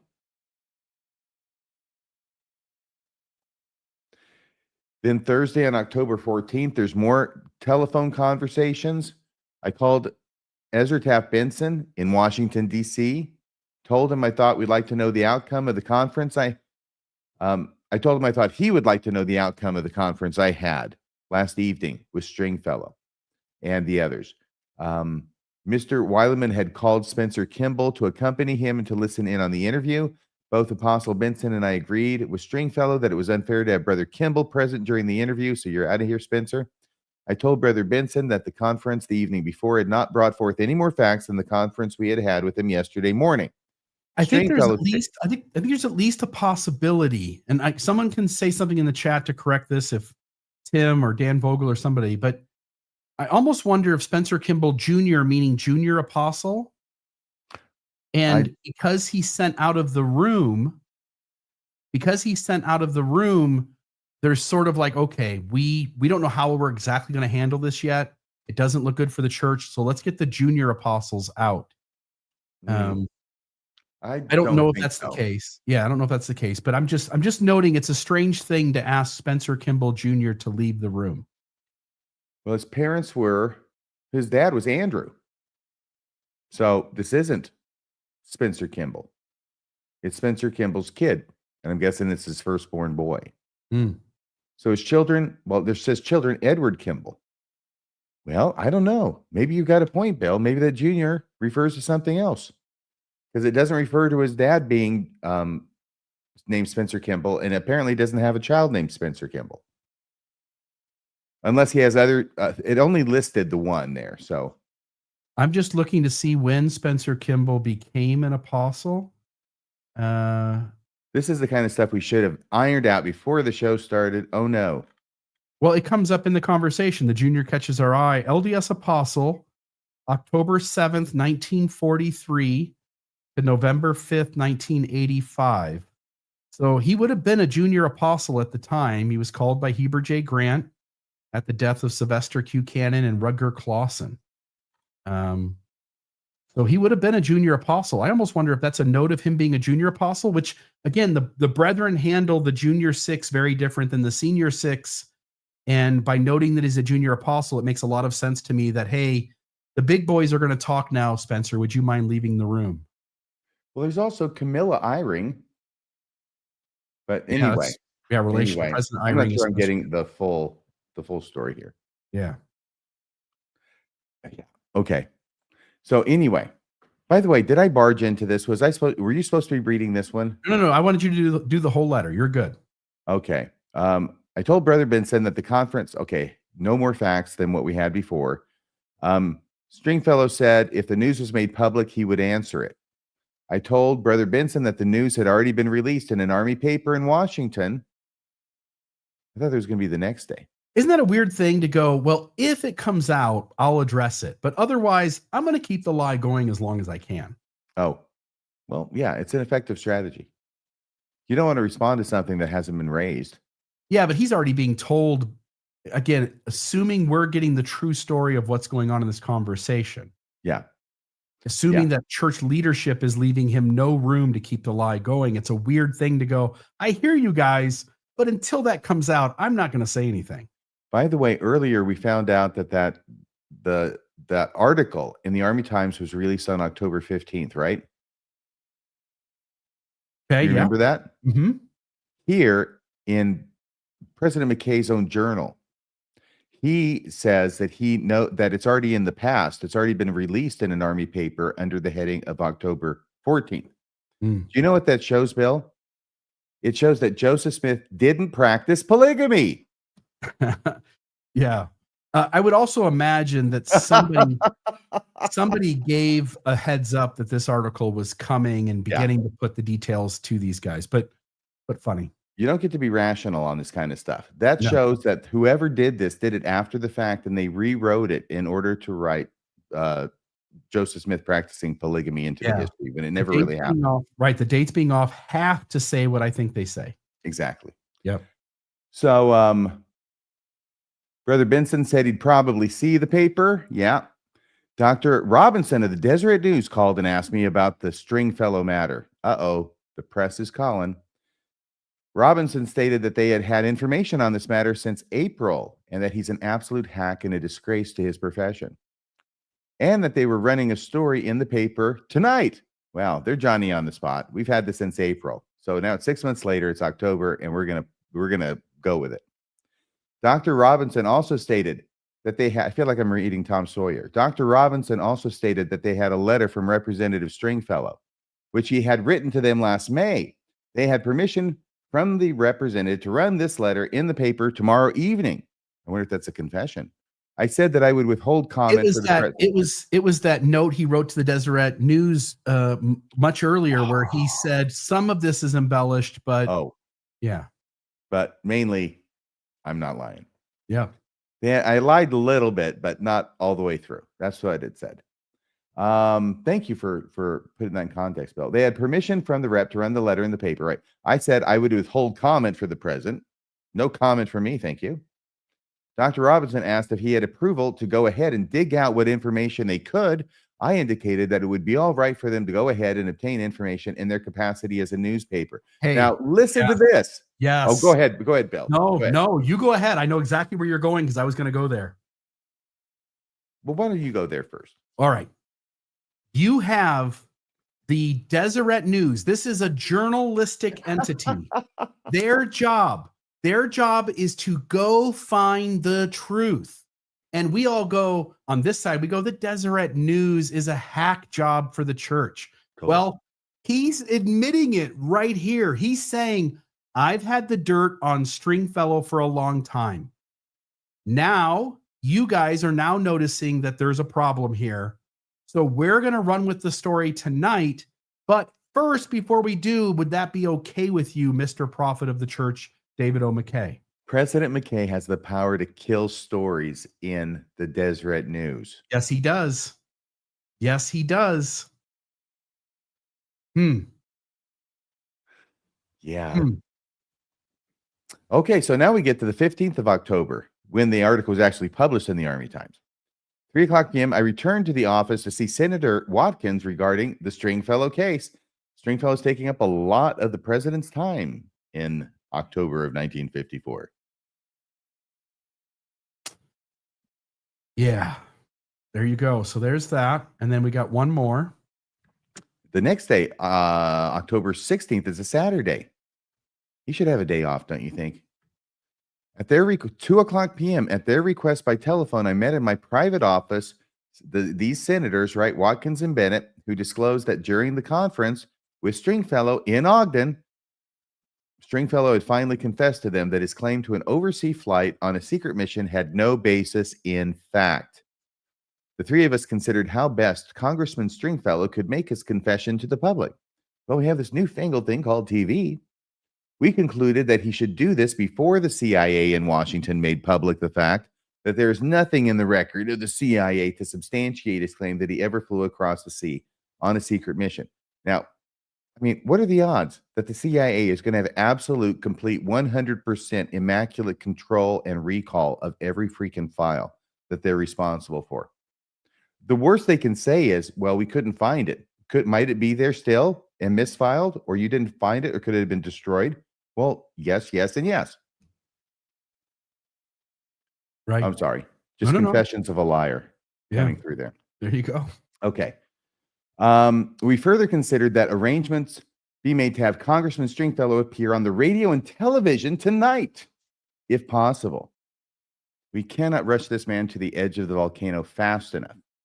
About 2:15 p.m., this Weilenman guy, the state chairman of the Democratic Party, telephoned me saying that he had just received word from their correspondent in Washington that the CIA could find no record of the secret mission claimed by Congressman Stringfellow. Which is right to what you said. Instead of saying that file doesn't exist, the CIA is doing what is responsible, which is saying we could not locate such a file. Either that or Weilenman is just lying his ass off. Yeah, in order to, sometimes you tell a liar a lie to pretend you hold more cards than you do and to try to get them to budge off of their story. So maybe there's something there with that.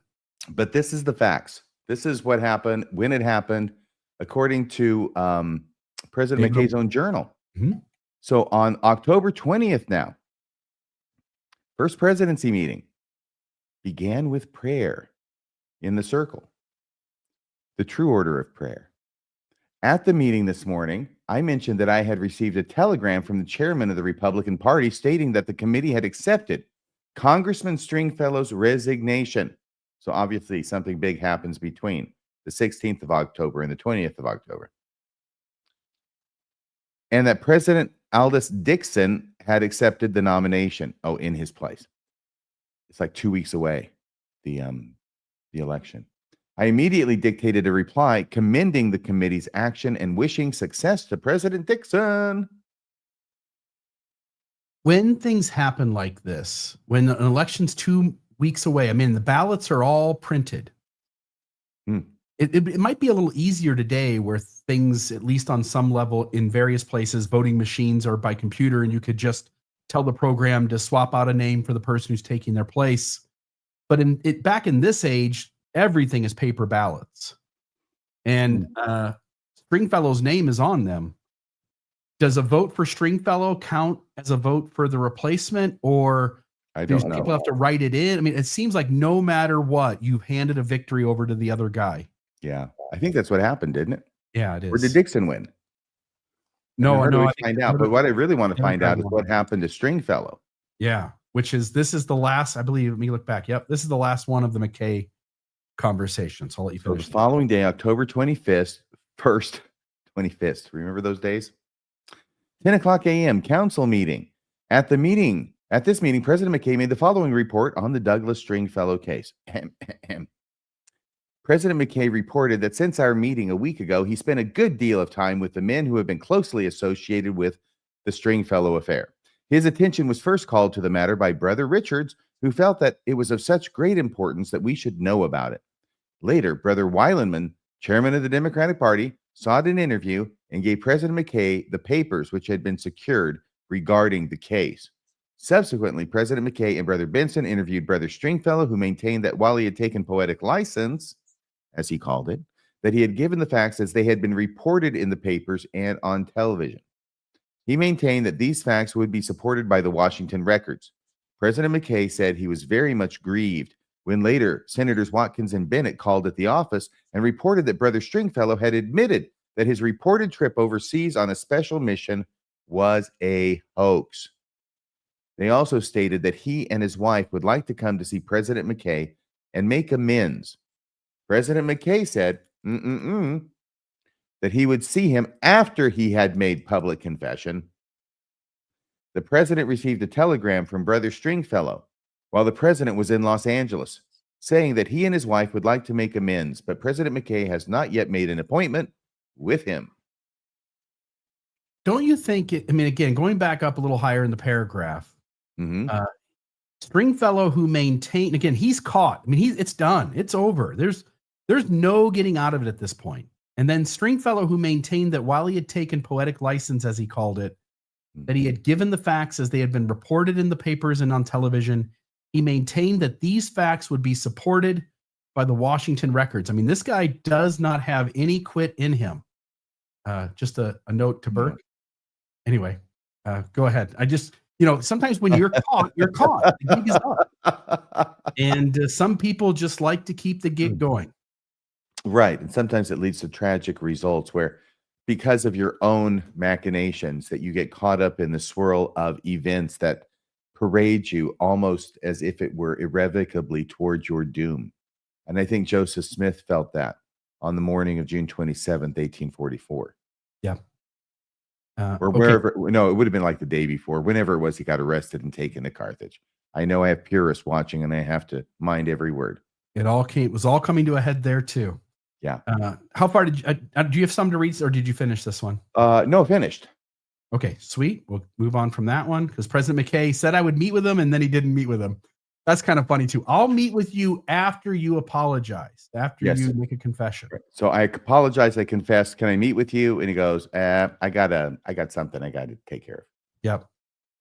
So thus we return to that fateful night, October 16th, 1954 in the KSL TV studios. Is that 16th? Did you say 15th? There, but the notes here, what does it say here? It doesn't, does it? 16th.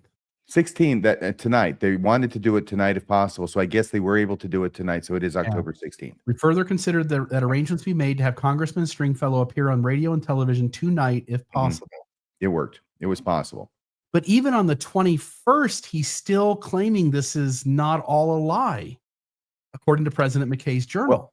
what McKay is doing here is he's giving a briefing of the affair from the beginning of it coming to his attention to its conclusion. Okay, that makes sense. Thus, we return to that fateful night, October 16th, 1954, in the KSL TV studios. Mm. The broadcast was arranged hastily with little time for Douglas to prepare beyond jotting a few notes. Pale and visibly trembling, he nonetheless insisted on delivering the statement himself. Kudos. Live. Kudos. Looking straight into the camera. No cigarette. Seated beside him for moral support was his wife, Shirley, clutching his hand, and Senator Arthur Watkins. Bless his wife. I mean, my gosh, what on earth must she be thinking? She's believed this the whole time. Yeah. Wow. Yeah. And then Arthur Watkins, senator, whose grave expression underscored the seriousness of the moment. Utahns watching at home saw the familiar face of their congressman, sweat beading on his brow as he began to speak haltingly. What came next would become one of the most memorable mea culpas in Utah history. Quote, somewhere along the line, Stringfellow began softly, the idea was integrated in introductions that Doug Stringfellow was a war hero. He explained how after his war injury, people had praised him and prodded him for more details. Quote, like many other persons suddenly thrust into the limelight, he said, I rather thrived on the adulation and newfound popularity. As he continued, his voice choked with emotion. Quote, I began to embellish my speeches with more picturesque and fanciful incidents, unquote, he admitted. Quote, I fell into a trap, which in part had been laid by my own glib tongue. Quote. At this He's point, the victim here. You have to understand that. Yeah, there's always, again, not always, but a lot of the time, there is an effort on the people who get caught doing something to place the blame at the feet of others, those damn rogue artists. And the people, the MCs giving the introductions and portraying him as a war hero, which was what started the whole damn thing. Yeah. At this point, viewers realized what was coming. Their hero was confessing to being a fraud. Douglas proceeded to set the record straight in plain terms. He said, I was never an OSS agent.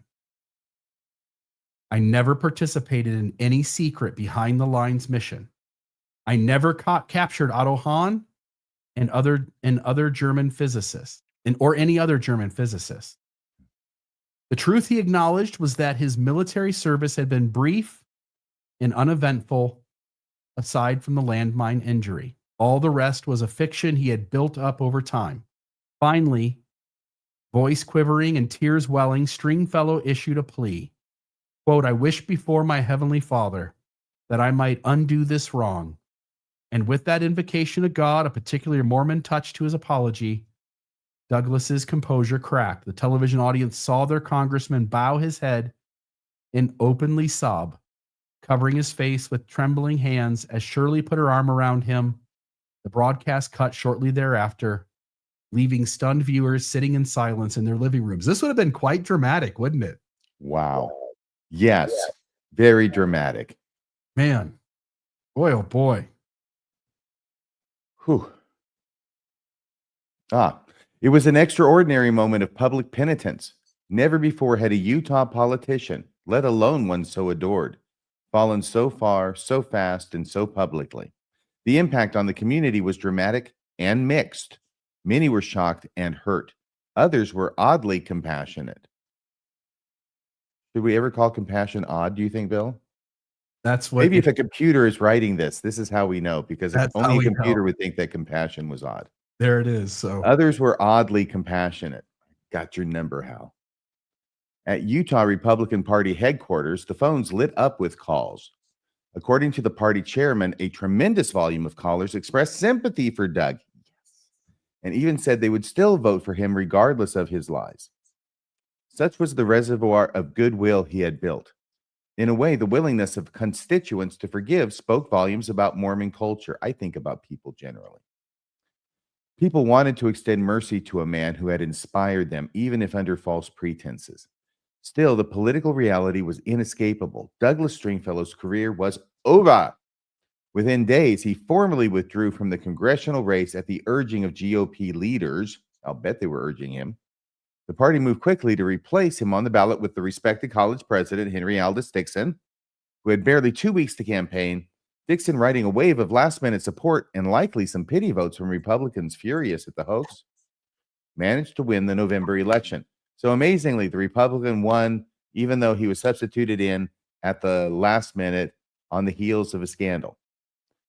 Stringfellow, meanwhile, quietly served out the remaining few weeks of his term in Congress, mostly absent and utterly humiliated, and then slipped out of Washington, D.C. by a midnight train. He did not resign before his term ended, perhaps to avoid a formal scandal or simply because the term was nearly done. But he vanished from public view as quickly as he had risen.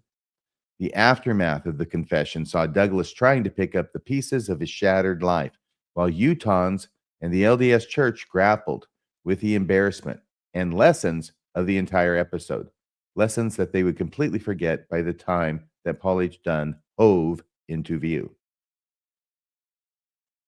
Yeah, it's a strange thing, the way this is handled, because Paul H. Dunn does issue an apology, but it's not exactly a full coming clean. And then he's allowed to drift off into the background as an emeritus 70, which allows him to still be paid and still get the health care and all those things. And he gets to just disappear, but not really address in full the scope and the questions that would want to be asked and answered by the media and folks wanting to know more about the story. The church created some distance there with Paul H. Dunn and accountability to the public. Anyway, it is interesting. So, all right, there's that. I'll just note here, this is October 25th, 1954, number 17 of Time magazine. And this had a story on it, Veterans, the Hoax, National Affairs, Veterans. So it was in the Time magazine as well. Billy Graham rising in his ascendancy back in 54. Look at that. Yeah. Evangelist Billy Graham. Caution, watch, release date. This is June 15th, 1956. It has a confession of Stringfellow.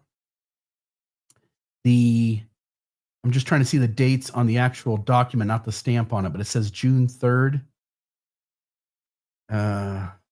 Halt to his promising career, October 17th. That's 1954. A few days later, the 32-year-old Republican congressman from, I'm going to make this bigger. Let me get rid of the other thing here. I think that this was an item that was culled, researched out for use in a later article. And the article itself would be at the Sunday, June 3rd. Yeah, because the thing at the bottom says 5/24/56, June 15th, 56. But let me finish reading this. Yeah. A few days later, the 32-year-old Republican congressman from Ogden, Utah, withdrew as candidate for re-election. Behind the dramatic moves was a report that Stringfellow's claims of heroism in World War II were false. In his confession, he admitted the truth of the report up to that Period. It says in his confession, he admitted the truth of the report, period. Okay, yeah. But then the next line, up to that something, Stringfellow had, what's that? Up to that moment.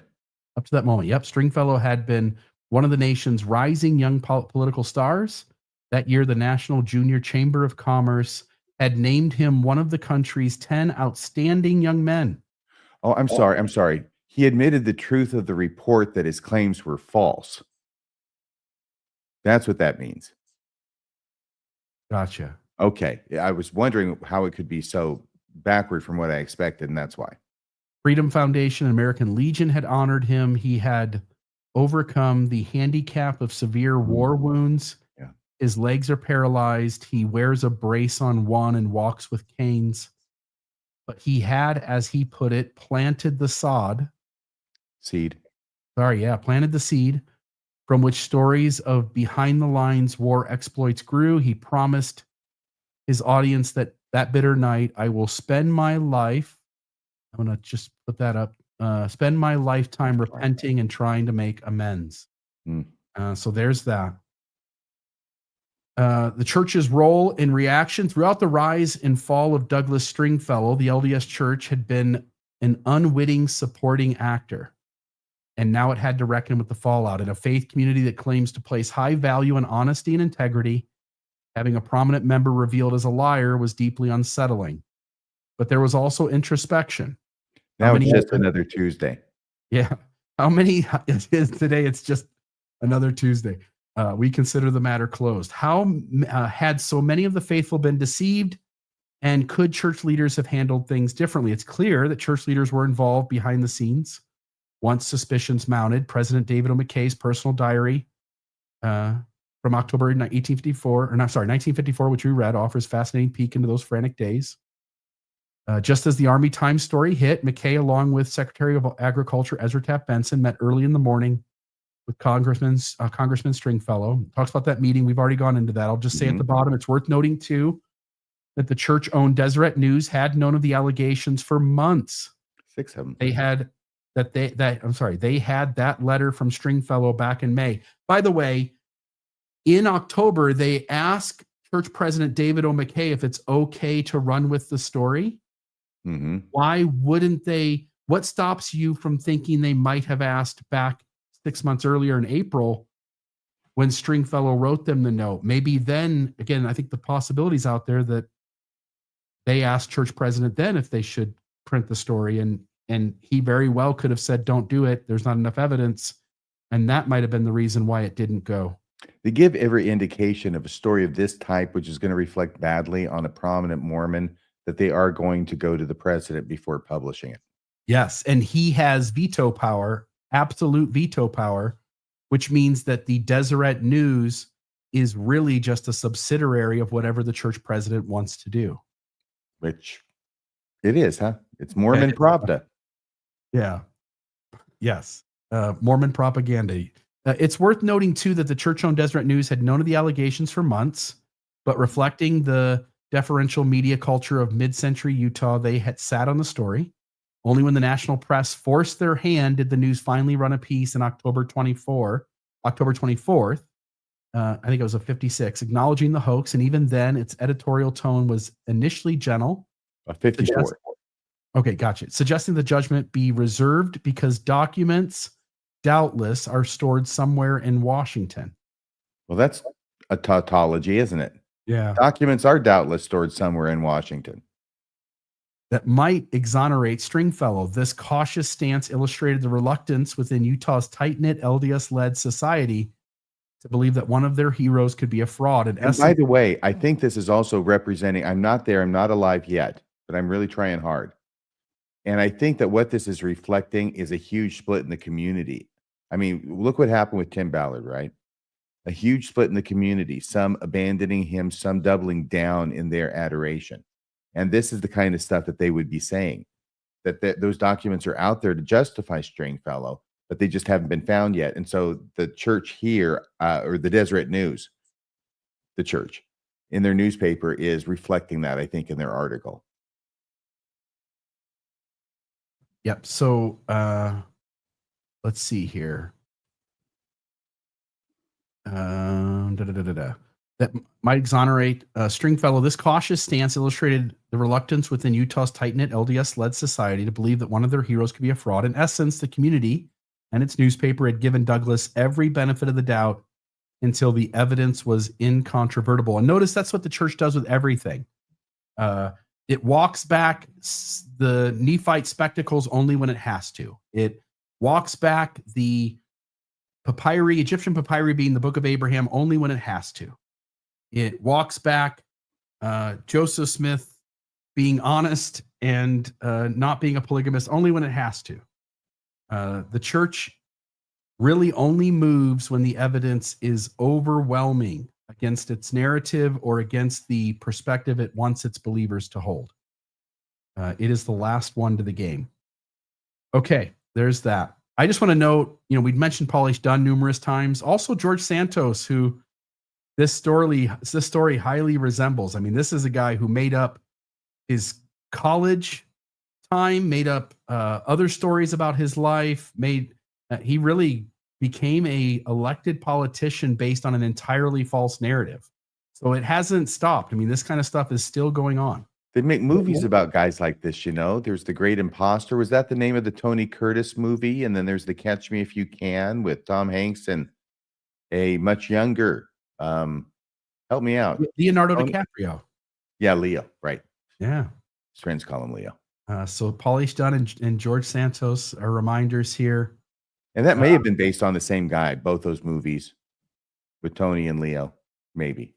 And I'll let you read. This is, I think, the last. Well, there's one more with a death. Oh, and I got a conclusion there. But I'll just note, I want to put up on the screen the banner. I will let calls come in now. And I'm hoping the call-in system works. We'll see. But I'll let you read this one. I've got a few more slides left. We'll get some calls and we'll get you folks out of here. After the confession, the LDS Church's public response was muted. There were no press releases because they considered the matter closed, or conference talks explicitly about the case. Church leaders likely felt it best not to further publicize a scandal involving one of their members that they had so successfully squelched. Instead, they swiftly moved on and expected the membership to do the same. Privately, President McKay expressed sorrow and hoped Stringfellow would find his way back to personal integrity. Importantly, Douglas was not excommunicated or subjected to any formal church discipline that we know of. His deception, while egregious, was in the secular realm. From the church's perspective, he had confessed and ended the deceit, so the matter could be considered closed spiritually. In true LDS fashion, there was room for repentance and forgiveness. That said, the complicity question lingers. Was the church at all complicit in enabling the hoax? And what I mean by that is that we don't know if Elder McKay, President McKay, was counsel. We know on the back end he was. Mm-hmm. Deseret News said, hey, there's a lot more out there now. Can we run with this story? And if you say so, we'll do it. It seems like on the front end, the same thing would have happened. And I think there's a higher than 50% chance that President McKay would have squashed the story at the time. It's a complex issue. Certainly, local church congregations enthusiastically promoted Stringfellow's firesides and talks without verifying his claims. The culture of trusting a member's personal testimony, especially faith-affirming, meant nobody in the church's hierarchy pressed him for proof early on. And the same thing happens today, by the way. And I am aware of at least a handful of instances that I could rattle off for you, where that same thing is going on and people are giving stories that are too good to be true about how they came to the church or came back to the church, and nobody wants to check their stories. You know why? Nothing good can come from checking a faith-promoting story. It's as good as it gets without being fact-checked. If you fact-check it and to find something was wrong, well, then it wouldn't be as faith-promoting, would it? That's right. McKenna Denson comes to mind of us doing the opposite. The moment her story fell apart, the moment we had it had jumped the shark. You and I had conversations behind the scene, and you went forward, and I went forward, calling that out. That story, we could no longer back her because the things that she was reporting as having happened in the last few days or weeks became so absurd that her story was no longer trustable. And it's too bad because it does seem like there was something that had happened down there in that room in the basement, but what it was is anybody's guess at this point, I guess. They did not try to cover it up or defend him. They pushed him into the light of truth. One could argue they might have exposed him sooner if they'd prioritized truth over avoiding embarrassment. But given the era and context, their approach of quiet internal resolution followed by a forced confession was likely the most. That's probably where he got those scars under his fingernails. Was likely the most they felt they could do while maintaining institutional dignity. Dignity. Always dignity. Oh, you want me to continue? Hey, one more to the paragraph. church's credit. We're giving the church a lot of credit in this slide, I see. Yeah. They treated, I think the church owns the software that was used to make this. To the church's credit, they treated the Stringfellow incident as a cautionary tale internally. In leadership circles, it underscored the need for discernment, which they had absolutely zero of, and is one of the problems involved here, and not letting faith-promoting stories trump honesty, at least for another 20 years. It said that in later years, church authorities, actually only the next decade, I mean, Pauly Dunn, he began his meteoric rise in the 60s. what's the word for this? This last paragraph is in jest. Everything about this is completely the opposite, but nod, nod, wink, wink. Let's pretend they're good guys and they value honesty and try to do the right thing. You're saying this entire paragraph should come with a sarcasm warning? It should. You should have a little sarcasm in your voice. Ah, I see. It said that in later years, church authorities were a bit more careful when hearing spectacular personal claims from members, precisely because of cases like Doug's. Still, in 1954, the immediate goal was damage control, to restore the community's trust and put the scandal in the past. But that shortly faded as more Stringfellows, including church leaders, were about to come down the pipe. I'll just note here, after leaving Congress, and this is a sad story too. Mm-hmm. After leaving Congress, Douglas Stringfellow stepped back from the pulpit to public speaking.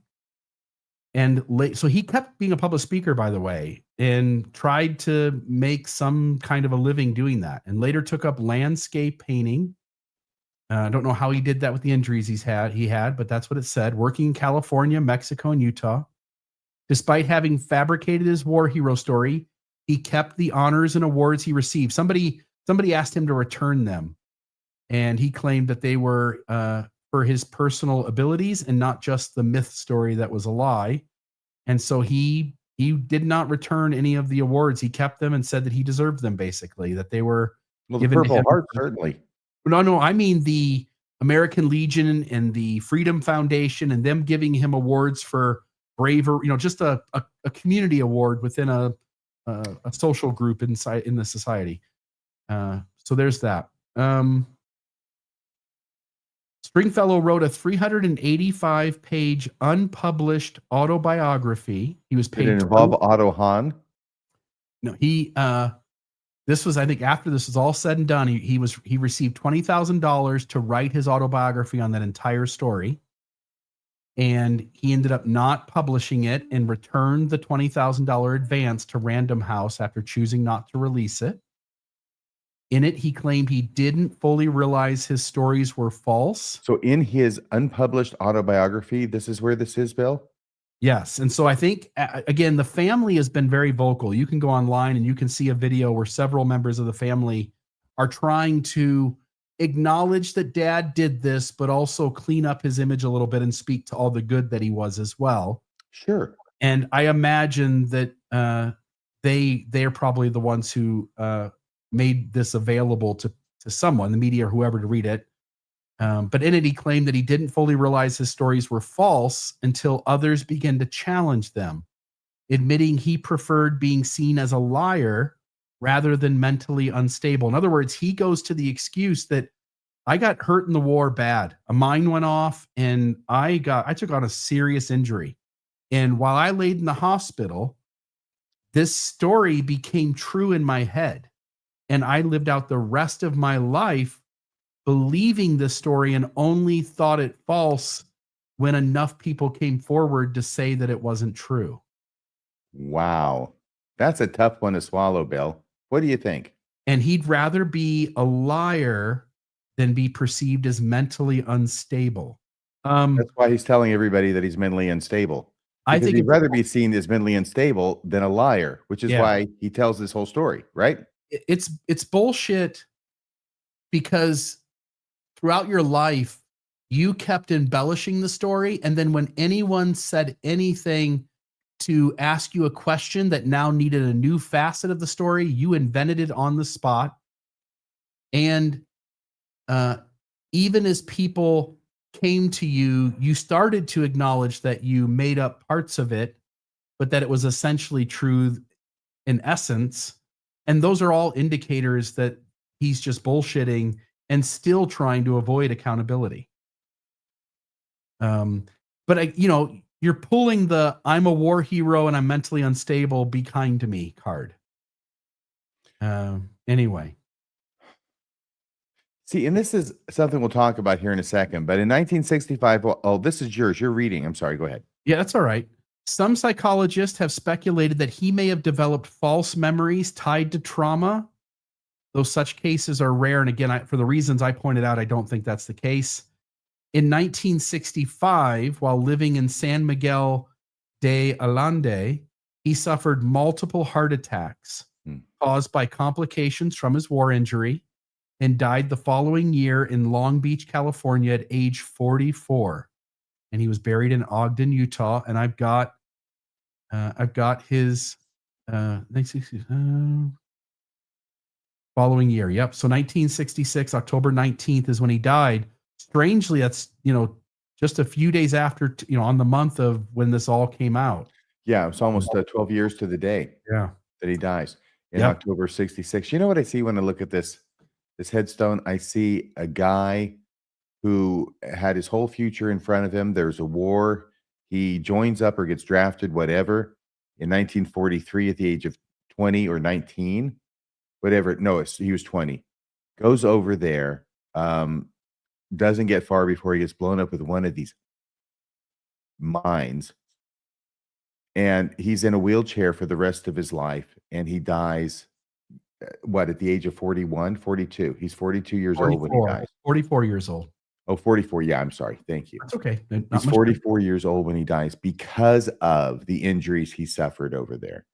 And for whatever reason, and that probably, I think, has a lot to do with it, I tend to look at his case differently. I feel differently about Stringfellow's case than I do about Paul Dunn. Although what they did was so similar, right? So similar.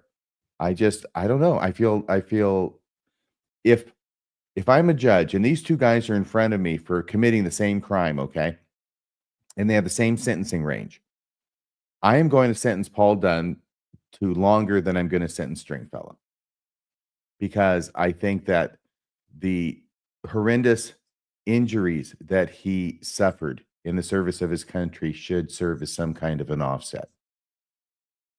Yeah, we were talking about this before the show, and I'm more, again, I can see your point of view, and I just want to kind of flesh that out a little bit, but I'm more of the opinion that he did the exact same thing. He's got the exact same kind of mind. Again, Paul H. Dunn was also in the military. He also did nothing spectacular and then created spectacular stories about his military service. Of course, he added on additional stories of professional baseball, and I think there were 2 or 3 other things that he had done that were marvelous. And him telling those stories almost certainly led to his likability and popularity. Yeah. And almost assuredly led to him being a 70 in the first place. He didn't just start telling the stories when he was a 70. Paul H. Dunn, again, I don't know Paul H. Dunn's story super well, but I don't imagine he got called as a 70 and then started telling these stories. I imagine they were part of his gimmick all along, and hence they were part of what led to him being called as a 70. So these two guys have the same kind of mindset, the ability to create an entirely fictional narrative, state it over and over, continue to tell these stories no matter what people say. They both served in the military. They both had nonchalant military careers and tried to make them extraordinary. And you give this guy a break, and you told me on the phone that it really comes down to the injury. Yeah. That's what makes Paul H. Dunn and Douglas Stringfellow different cases. If you were the judge and they stand before you, is that not different cases, but I'm going to sentence Paul longer than Doug. Yeah, solely because of the war injury makes the difference in your mind. I'm not a Vulcan. I am flesh and blood, Bill. I am not made of stone. Yeah. So I'll note that. So hang on. Let's get you on the record, Mr. Real. So you're Yeah. saying whatever that sentence is, you'd give the same to both of them. Yeah, I mean, they both took advantage of the public. They both have the same kinds of circumstances. And maybe Stringfellow actually benefits more from his lies than Paul H. Dunn does. Being a congressman on the world stage is a hell of a lot more important and comes with a lot more notoriety than being a 70 who does the circuit tour telling stories.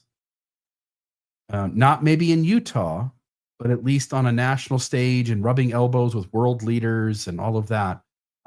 I think I see your point of view, and I see why you do that. I lump them in the same box. They're the same kind of person doing the same kind of thing for the same kind of reasons, accomplishing, for the most part, the same kind of benefit from it. All of that's true. Yeah. By the way, Greg Prince, who wrote a biography on Paul H. Dunn, gives him a lot of grace and compassion too, and wishes that people would back off of criticizing Paul H. Dunn, that he had paid the price for what he had done and that he deserved to have the good parts of his life acknowledged and talked about and not be remembered for the dishonest storytelling. Yeah. Anyway. Okay. Not So going to you- happen. Yeah. So Nice you wish, helped. Greg. So all of a sudden, Greg, Not Greg's- happening. all of a It's sudden, very Greg- important. Do you have any idea how critical it is that we remember people like Stringfellow, who I'm just learning about for the show? Many out there, I think, are hearing the name for the first time. It's so important that we remember people like Paul H. Dunn. And you know why? So maybe we'll think twice before we get suckered again. That's the point. That's why I think it's valuable. And that's why I think it would be a crime to let these crimes languish in obscurity. Yeah.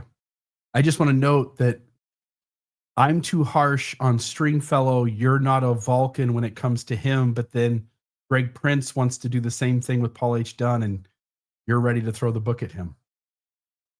I'm not sending Greg to prison, although he better not test me.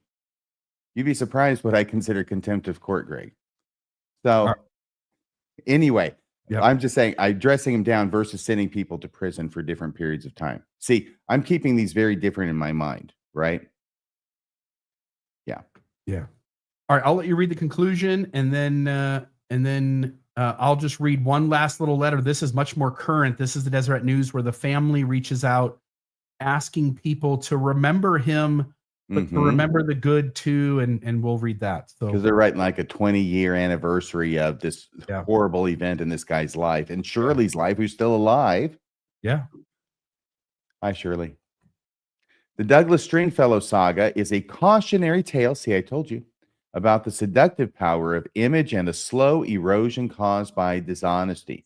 What began as an inspiring story of wartime heroism and faith ended in public disgrace, revealing how deeply a lie, no matter how well-intentioned, can corrode trust. For Utah politics and Mormon culture alike, it was a moment of reckoning. Hero worship without verification can lead communities to elevate deception. That's actually a very, very well constructed sentence. I want to read it again. Hero worship without verification can lead communities to elevate deception. And faith promoting stories must never come at the expense of truth. When the truth finally surfaced, it left behind not only disillusionment, but also an opportunity to prioritize integrity over illusion going forward, an opportunity that was sadly passed on by the Mormon Church. And I'll just note the entire Mormon community, Ward Radio, Jacob Hansen, church leaders, members of the church, everyone in the believing sphere should notice that the moment stories become unbelievable, have supernatural events happening, miraculous, faith-promoting miracles, maybe just start with the assumption that it's probably not true, and you'll actually end up making a lot less misidentifications of stories as true when they're not versus the other. In other words, I'll say it this way. If you're a skeptic in the beginning and you force people to verify these stories, to evidence them, to show you that they're true, you'll actually end up almost never getting fooled, because practically every story that crosses the threshold of believability is in fact not true. But think about all the opportunities you'll be giving away to pay 1/10 of your income to a church. Yeah. Nobody wants that 10% raise and another day off. Okay. So this is the Deseret News. This is November 9th, 1994. And Here's 40 years. It was a 40-year anniversary. 50, 60, 70. Yep. I am writing in response to many articles about Congressman Douglas Stringfellow. This is Eldon Stringfellow I see at the bottom. Mm-hmm. And another person named Stringfellow. So that's Sharita. So that's a woman, married named Clough, and Eldon R. Stringfellow. Yep. Maybe husband and wife. I don't know. Yep. So I'm writing in response to many articles about Congressman Douglas Stringfellow that have been published in several newspapers. I'm not writing as a representative of the family, but I'm sure that just as I have felt bristled, maybe others have felt the same way. Quite possibly something may be missing in these reports of a man on the 40th anniversary of an incident that took place in the post-war era. I was too young to remember my Uncle Doug's political position, but I remember good things. He was a great person, a wonderful father, a talented artist, and he was wounded and broken from war. But he was always smiling. Our families were close. My question is, why can't we recognize that a good person who obtained a political position made a mistake and he paid the price? He was mortally wounded. He was paralyzed. He was young, and he died young from wounds as an American soldier. I have wonderful family memories, and I will defend my family name publicly to anyone. If facts and statements are going to be brought up after 40 years, then a member of the Stringfellow family, the oldest granddaughter of my dear grandmother and mother of my father and my Uncle Doug, also has a statement after 40 years. Why criticize and scrutinize a mistake of a person of notoriety when a whole life is ignored? That would be my wish for the people of Utah who care to remember Congressman Stringfellow in 1954. So his niece, Sharita Stringfellow Clough, Eldon R. Stringfellow, Mesa, Arizona. And I think it's great that we leave on a note to just notice, and I've said this, like, we don't live in a black and white world. Human beings are complex figures, and we are all good and bad. And there's a lot more to someone's life than their mistakes. And so that's the story of Douglas Stringfellow. Any final thoughts from you? Yeah, except for me, take my mistakes away and I have no life. Okay. It's an amazing batting average, really. Well, there's that. I don't know what else. I don't know. I can't make jokes about that, so I'm just going to move on from that. We do have a few calls in the call queue, so a number is up on the screen. We could take one more call. There's only 2 calls in the queue, 662-667-6667. And I will also put the StreamYard link into the chat. And if you want to come into the studio directly, you can do that as well. Yay. All right. I want to know who agrees with you that you would sentence Stringfellow and Paul H. Dunn to the same amount of time in the gulag. I would probably be moderately lenient on both of them, but it does require them to acknowledge what happened. And both of them, once you know the record on both of them, they both deeply avoid coming clean in front of the public. And I think, don't you think, RFM, when somebody does make a mistake and they walk right up to the camera and say, I messed up. This is how it happened. This is, I'll answer any question. Yes. And then you get to the end and people are much more forgiving to the person who took their lumps than the person who runs away from it. Yes. Yeah. Yep. All right. And maybe that plays into why it is I feel more tolerant towards Stringfellow, but it really is that injury. I got to tell you, that's really what weighs on me. This might be Barry Richens, who says he met Douglas Stringfellow. So I just want to see that. Let me just Barry Richens. He's the guy you dropped on last Friday's Mormonism After Dark. Yes. Well, I don't remember what happened, but the call did get cut off or whatever. So yes, I'm sure. Yes. Let's hear it for taking responsibility as you lambasted Paul H. Dunn for not doing so. No, I didn't do anything on purpose. Barry, how are you doing tonight? Hey, I'm fine. Thank you, Bill. How are you? Excellent. So you met Douglas Stringfellow once? Well, I may have lied a little bit, so now he's going to RFM's going to get after me. But he was at an assembly we had at our junior high school. Oh, And it must have been close enough. 1952 because he was, and I may have shook his hand, but I do remember how intimately he reeled me in as he told all of those stories. And my heart was just aching for him. And I thought, you know, I didn't know who Captain Moroni was because I was only 12 or something like that. But anyway, my heart was just into the story. And I went home and I told my mom and dad about how this wonderful man with all these miracles, this miraculous life had come and talked to us. And his story really, really moved me. And a few years later, when I found out that he had not been able to run again, or whatever it was that caused him not to run again, and that he was a fraud, it was really a letdown for me. Yes. Because How I did had that feel? believed his stories hooked. It was kind of awful. It really was awful.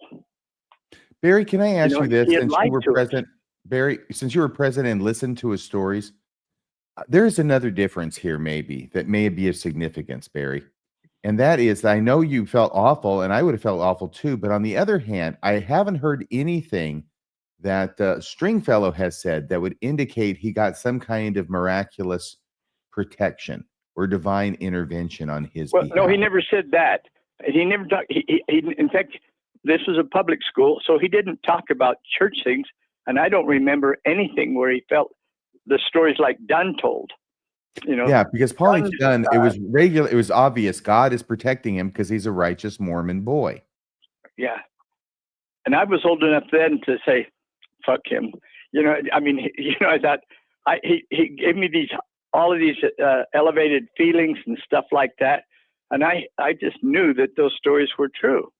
And then when I realized you're talking Paul H. Dunn now, like, are you talking Paul H. Dunn now, Barry? no, I'm just saying. Later, when I found out that Paul H. Dunn was a fraud, Yes. it was just kind of like, well, fuck it. You know, he's a, Barry, and Barry, I God was bless old enough you. to How realize could you possibly, Barry? You've already been disappointed by Stringfellow. The Stringfellow serenade. same. You got disappointed when you found out all of his stories were fake, and then you fall for Paul H. Dunn. How does that happen to us, Barry? I think it's because we're Mormon, partly. We believe weird things. I often ask myself that very question. I was thinking of Lori Vallow and some of those guys. How do they fall for that shit? And then all of a sudden I realize we also believe that some guy met an angel, and that some guy interpreted a book that was found in the side of a hill of a civilization that existed about 2,000 years before, and stuff like that. And I'm going, so I think Mormons are gullible. I don't know if we're any more gullible than the average North American, but I think we might be a little bit. I mean, we're primed. We're primed in our youth. We want to fall for that shit. Oh, hell yes.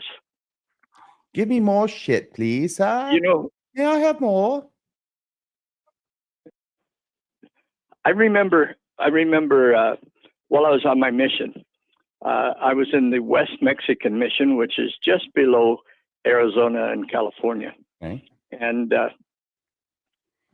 we got all of the Caucasian that were non-Mexican elders got kicked out of Mexico.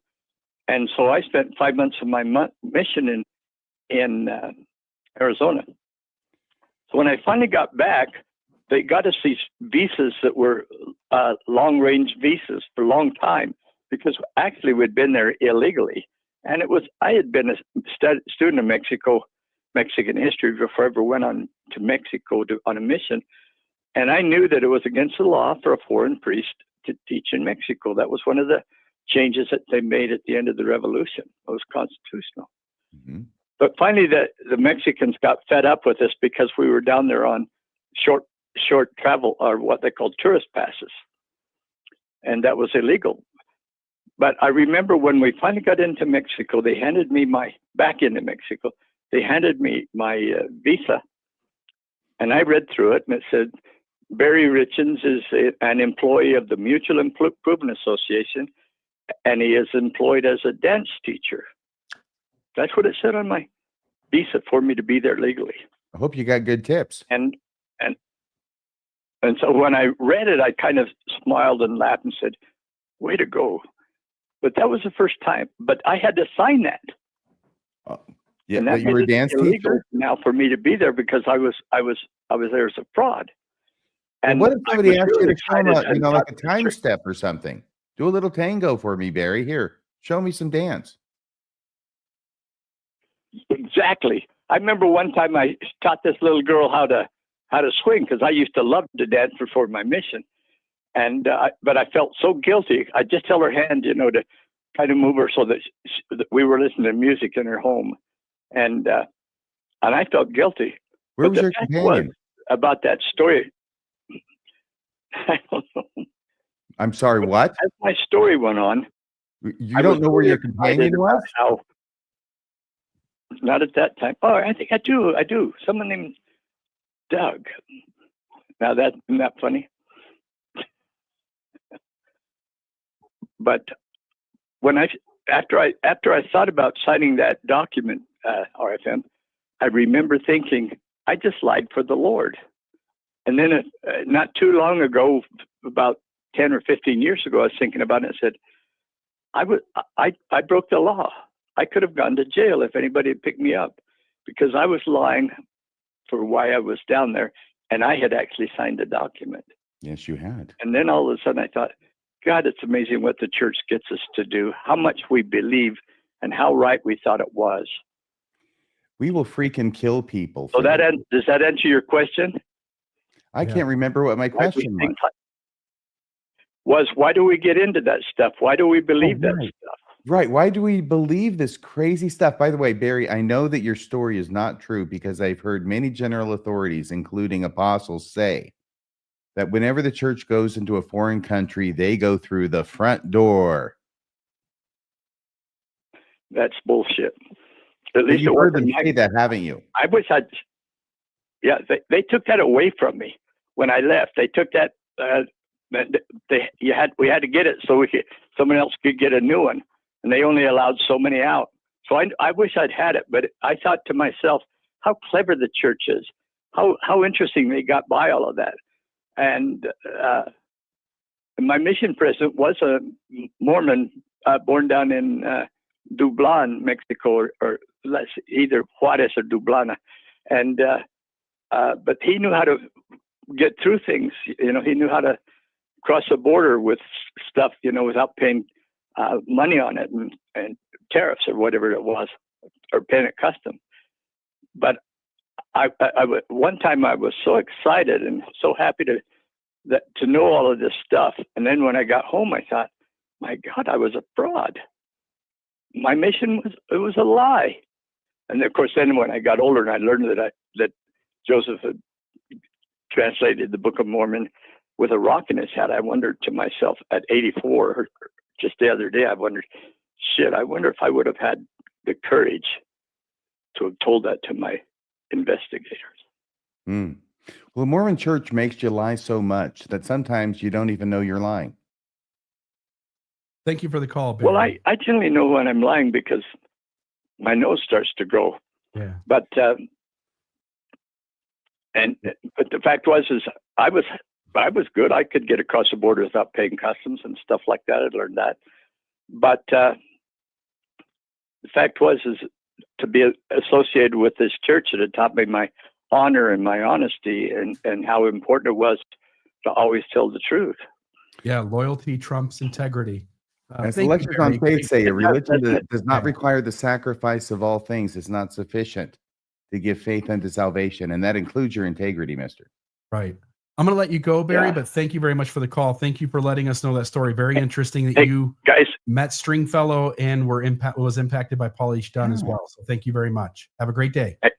Take care, you guys. Bye-bye. Bye-bye. That boy's a spellbinder, I tell you. We see from time to time, this lying for the Lord. And the church and its apologists are always like, nobody requires you to lie in this church. That's nonsense. But that's just not true. I mean, we've heard the story from not Barry, but numerous other people who said that when they would go on missions, they had to claim that they were there for a different purpose. Mhm. That's dishonesty. That is the church getting its members to lie in order to carry out the church's work. All the missionaries, on a very basic level, all the missionaries were instructed to lie to investigators when they were offered tea, which happened a lot, as you can imagine, in Japan, right?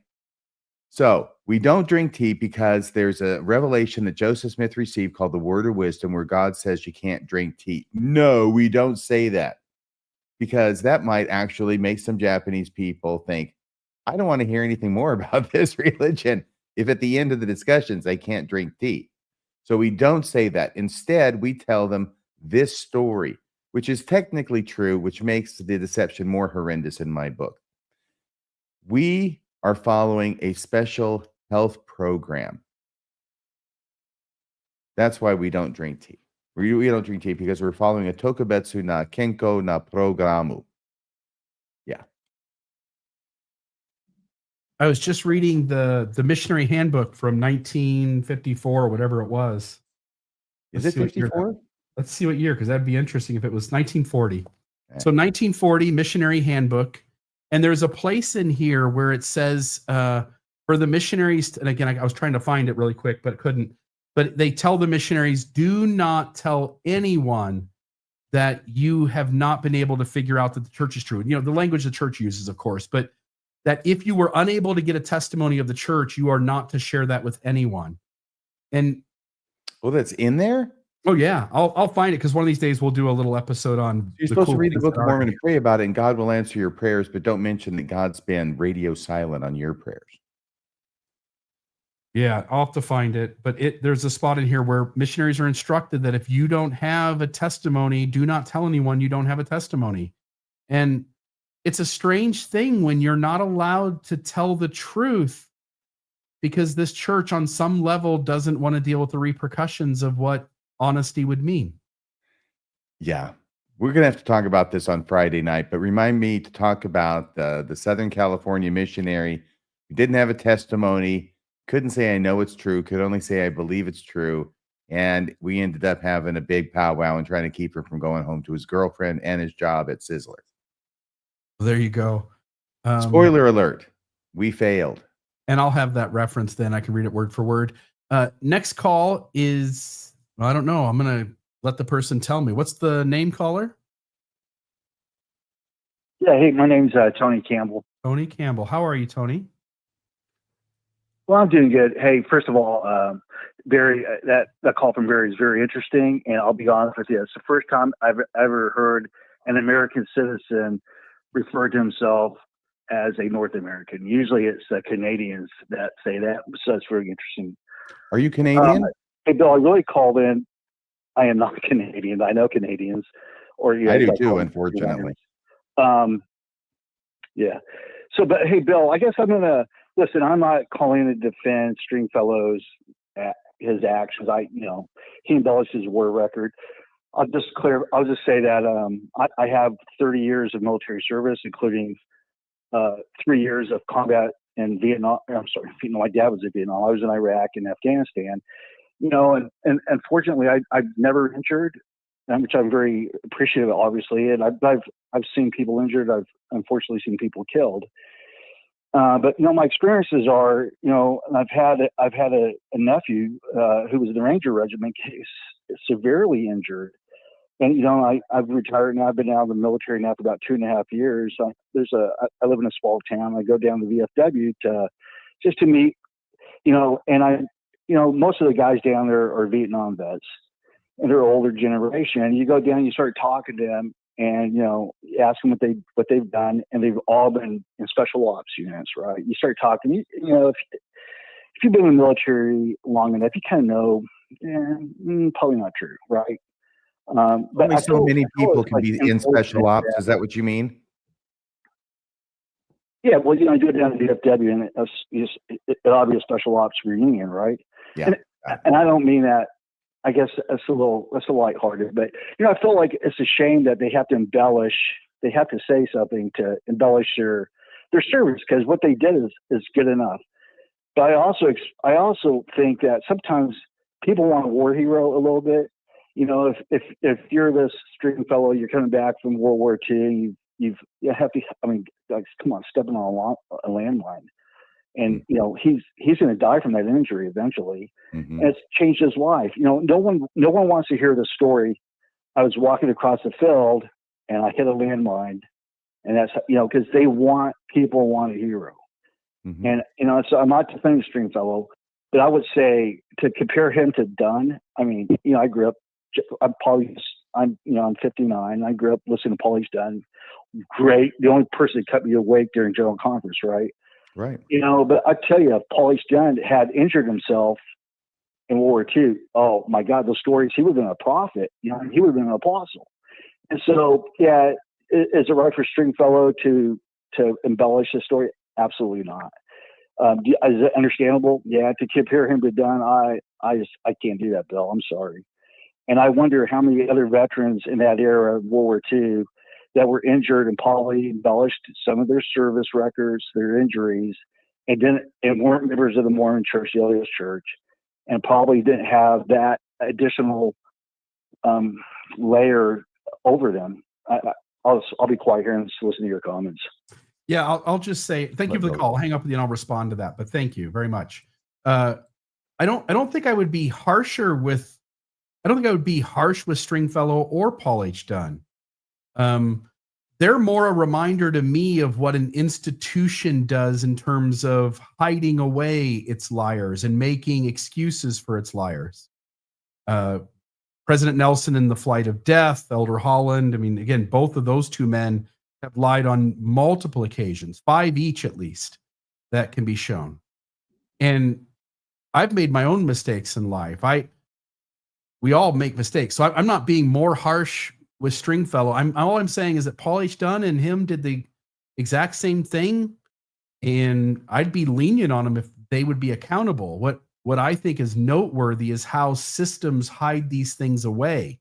Why didn't the Deseret News run with the story when it knew early on that something was off?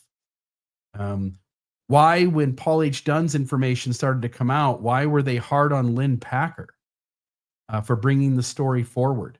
Why, when people brought up the mistakes of the church creating dummy companies, the church puts out a letter and says, we consider the matter closed? Why don't institutions that claim to be God's one and only true church with which he's well pleased ever stand in front of a camera and answer the natural questions that need to be answered for people to be able to move on from things? But I would be really lenient with both of them. My only debate with RFM is I see them both being the same guy, basically. And the injury isn't enough for me to let him off the hook and to hold Paul. Straw man alert. I didn't say let him off the hook. I said treat him more leniently than Paul. Yeah, I wouldn't. They both did the same thing with almost, I wouldn't say identical backgrounds, but very similar backgrounds, and almost certainly created their lies for the same reason. And they deceived in one instance, the American public, and in the other instance, the LDS Utah public. Yes, I agree with all the facts. All right. So there it is. Anyway, I was going to ask, I hung up with him already, but I was going to ask him. I can imagine, again, not everyone has experience with this, even if they're in the military, but what do soldiers think about other military personnel stealing the valor of what other people went through? In other words, Stringfellow creates a story where he's the hero who saves Otto Hahn, or kidnaps Otto Hahn to save the country. And yet there were other soldiers who actually were on that mission, who actually did things prior to being assigned to that mission to earn the trust of being in special ops. And they accomplished this incredible mission. And yet here's this other guy who's taking the credit for it while they chose not to speak up about it. Meanwhile, he's getting the stolen valor. My sense is the answer to your question is how do guys in the military feel about this is probably overall, I'm not going to say everybody, but overall, they're going to be a lot less charitable about it than you are, Bill. Yeah. So there's that. Any final thoughts from you? I do want to just tell folks, please consider donating. Go to MormonismLive.org, click the donate button, $5 or $10 a month. We really do survive on donations, and donations go up and they go down. Would really appreciate folks if you would support the show. You get a lot of free content, and we put out stuff every week, multiple times a week. And if you would give us a vote of support or a nod of thanks, it would really be thankful to us if you just go on MormonismLive.org, click the donate button, send a few dollars a month, and that's a great way to support the show and be part of the team. And we really appreciate those who do support us through donation. So thank you. RFM, final words? Yeah, on Saturday should be the next RFM, should be episode 400. I thought about doing something special, but then I thought nobody cares. By that I mean, if I ever do any episode like a 50 or 100, at 50, I thought I'm never going to get past, to 100. So I got to celebrate 50. It's my Jubilee, or 100 or whatever. And they're like retrospectives. Generally, people aren't as interested in that. That's all I mean when I say nobody cares. But I got Colby back. Colby has finished his stint as a law professor at the local university there in Idaho. So now he's available to continue our review of the Light on Truth letter, which we will continue on Saturday with chapter 6. I'm calling it chapter 6. The chapters don't have numbers in them. Might have thought of that, Austin. Just an idea for your next one, okay? Have chapter numbers. So we have to have a number on each one so that we can identify it on the thumbnail, and people will have an idea as to where we are or where they are in reviewing the Light on Truth letter with us. So it's going to be chapter 6. It's going to be a lot of fun. I've been doing a lot of research for it. I dug this book out of mothballs. Ever seen this book? I've heard of that one. I've never read it. The American Religion by Harold Bloom. It was a big deal about 20 years ago. And Mr. Austin Fife makes the mistake of quoting from it in this chapter. And I'm going to share with the audience some of the things he didn't share, the quotes he didn't share with the audience. That'll be on Saturday's show. All right. Well, awesome. So folks, tune in for that. We'll be here for Mormonism After Dark on Friday at 8 p.m. Yes, Friday at 8. We'll have a conversation about that missionary story, and I'll share the little thing here out of the missionary handbook, maybe a few other things that I find interesting in there. And hopefully, folks, you enjoyed the show. I hope you enjoyed getting to know the story of Douglas Stringfellow. And I think it's a constant reminder to always be wary. When a story begins to sound like it couldn't possibly have happened, it almost certainly didn't happen. Yeah. And we've learned that lesson in Mormonism over and over and over again. And yet we seemingly haven't learned it enough that history doesn't continue to repeat itself. Good night, everybody. And we'll see you later in the week. Otherwise, next Wednesday at 6 p.m. Good night.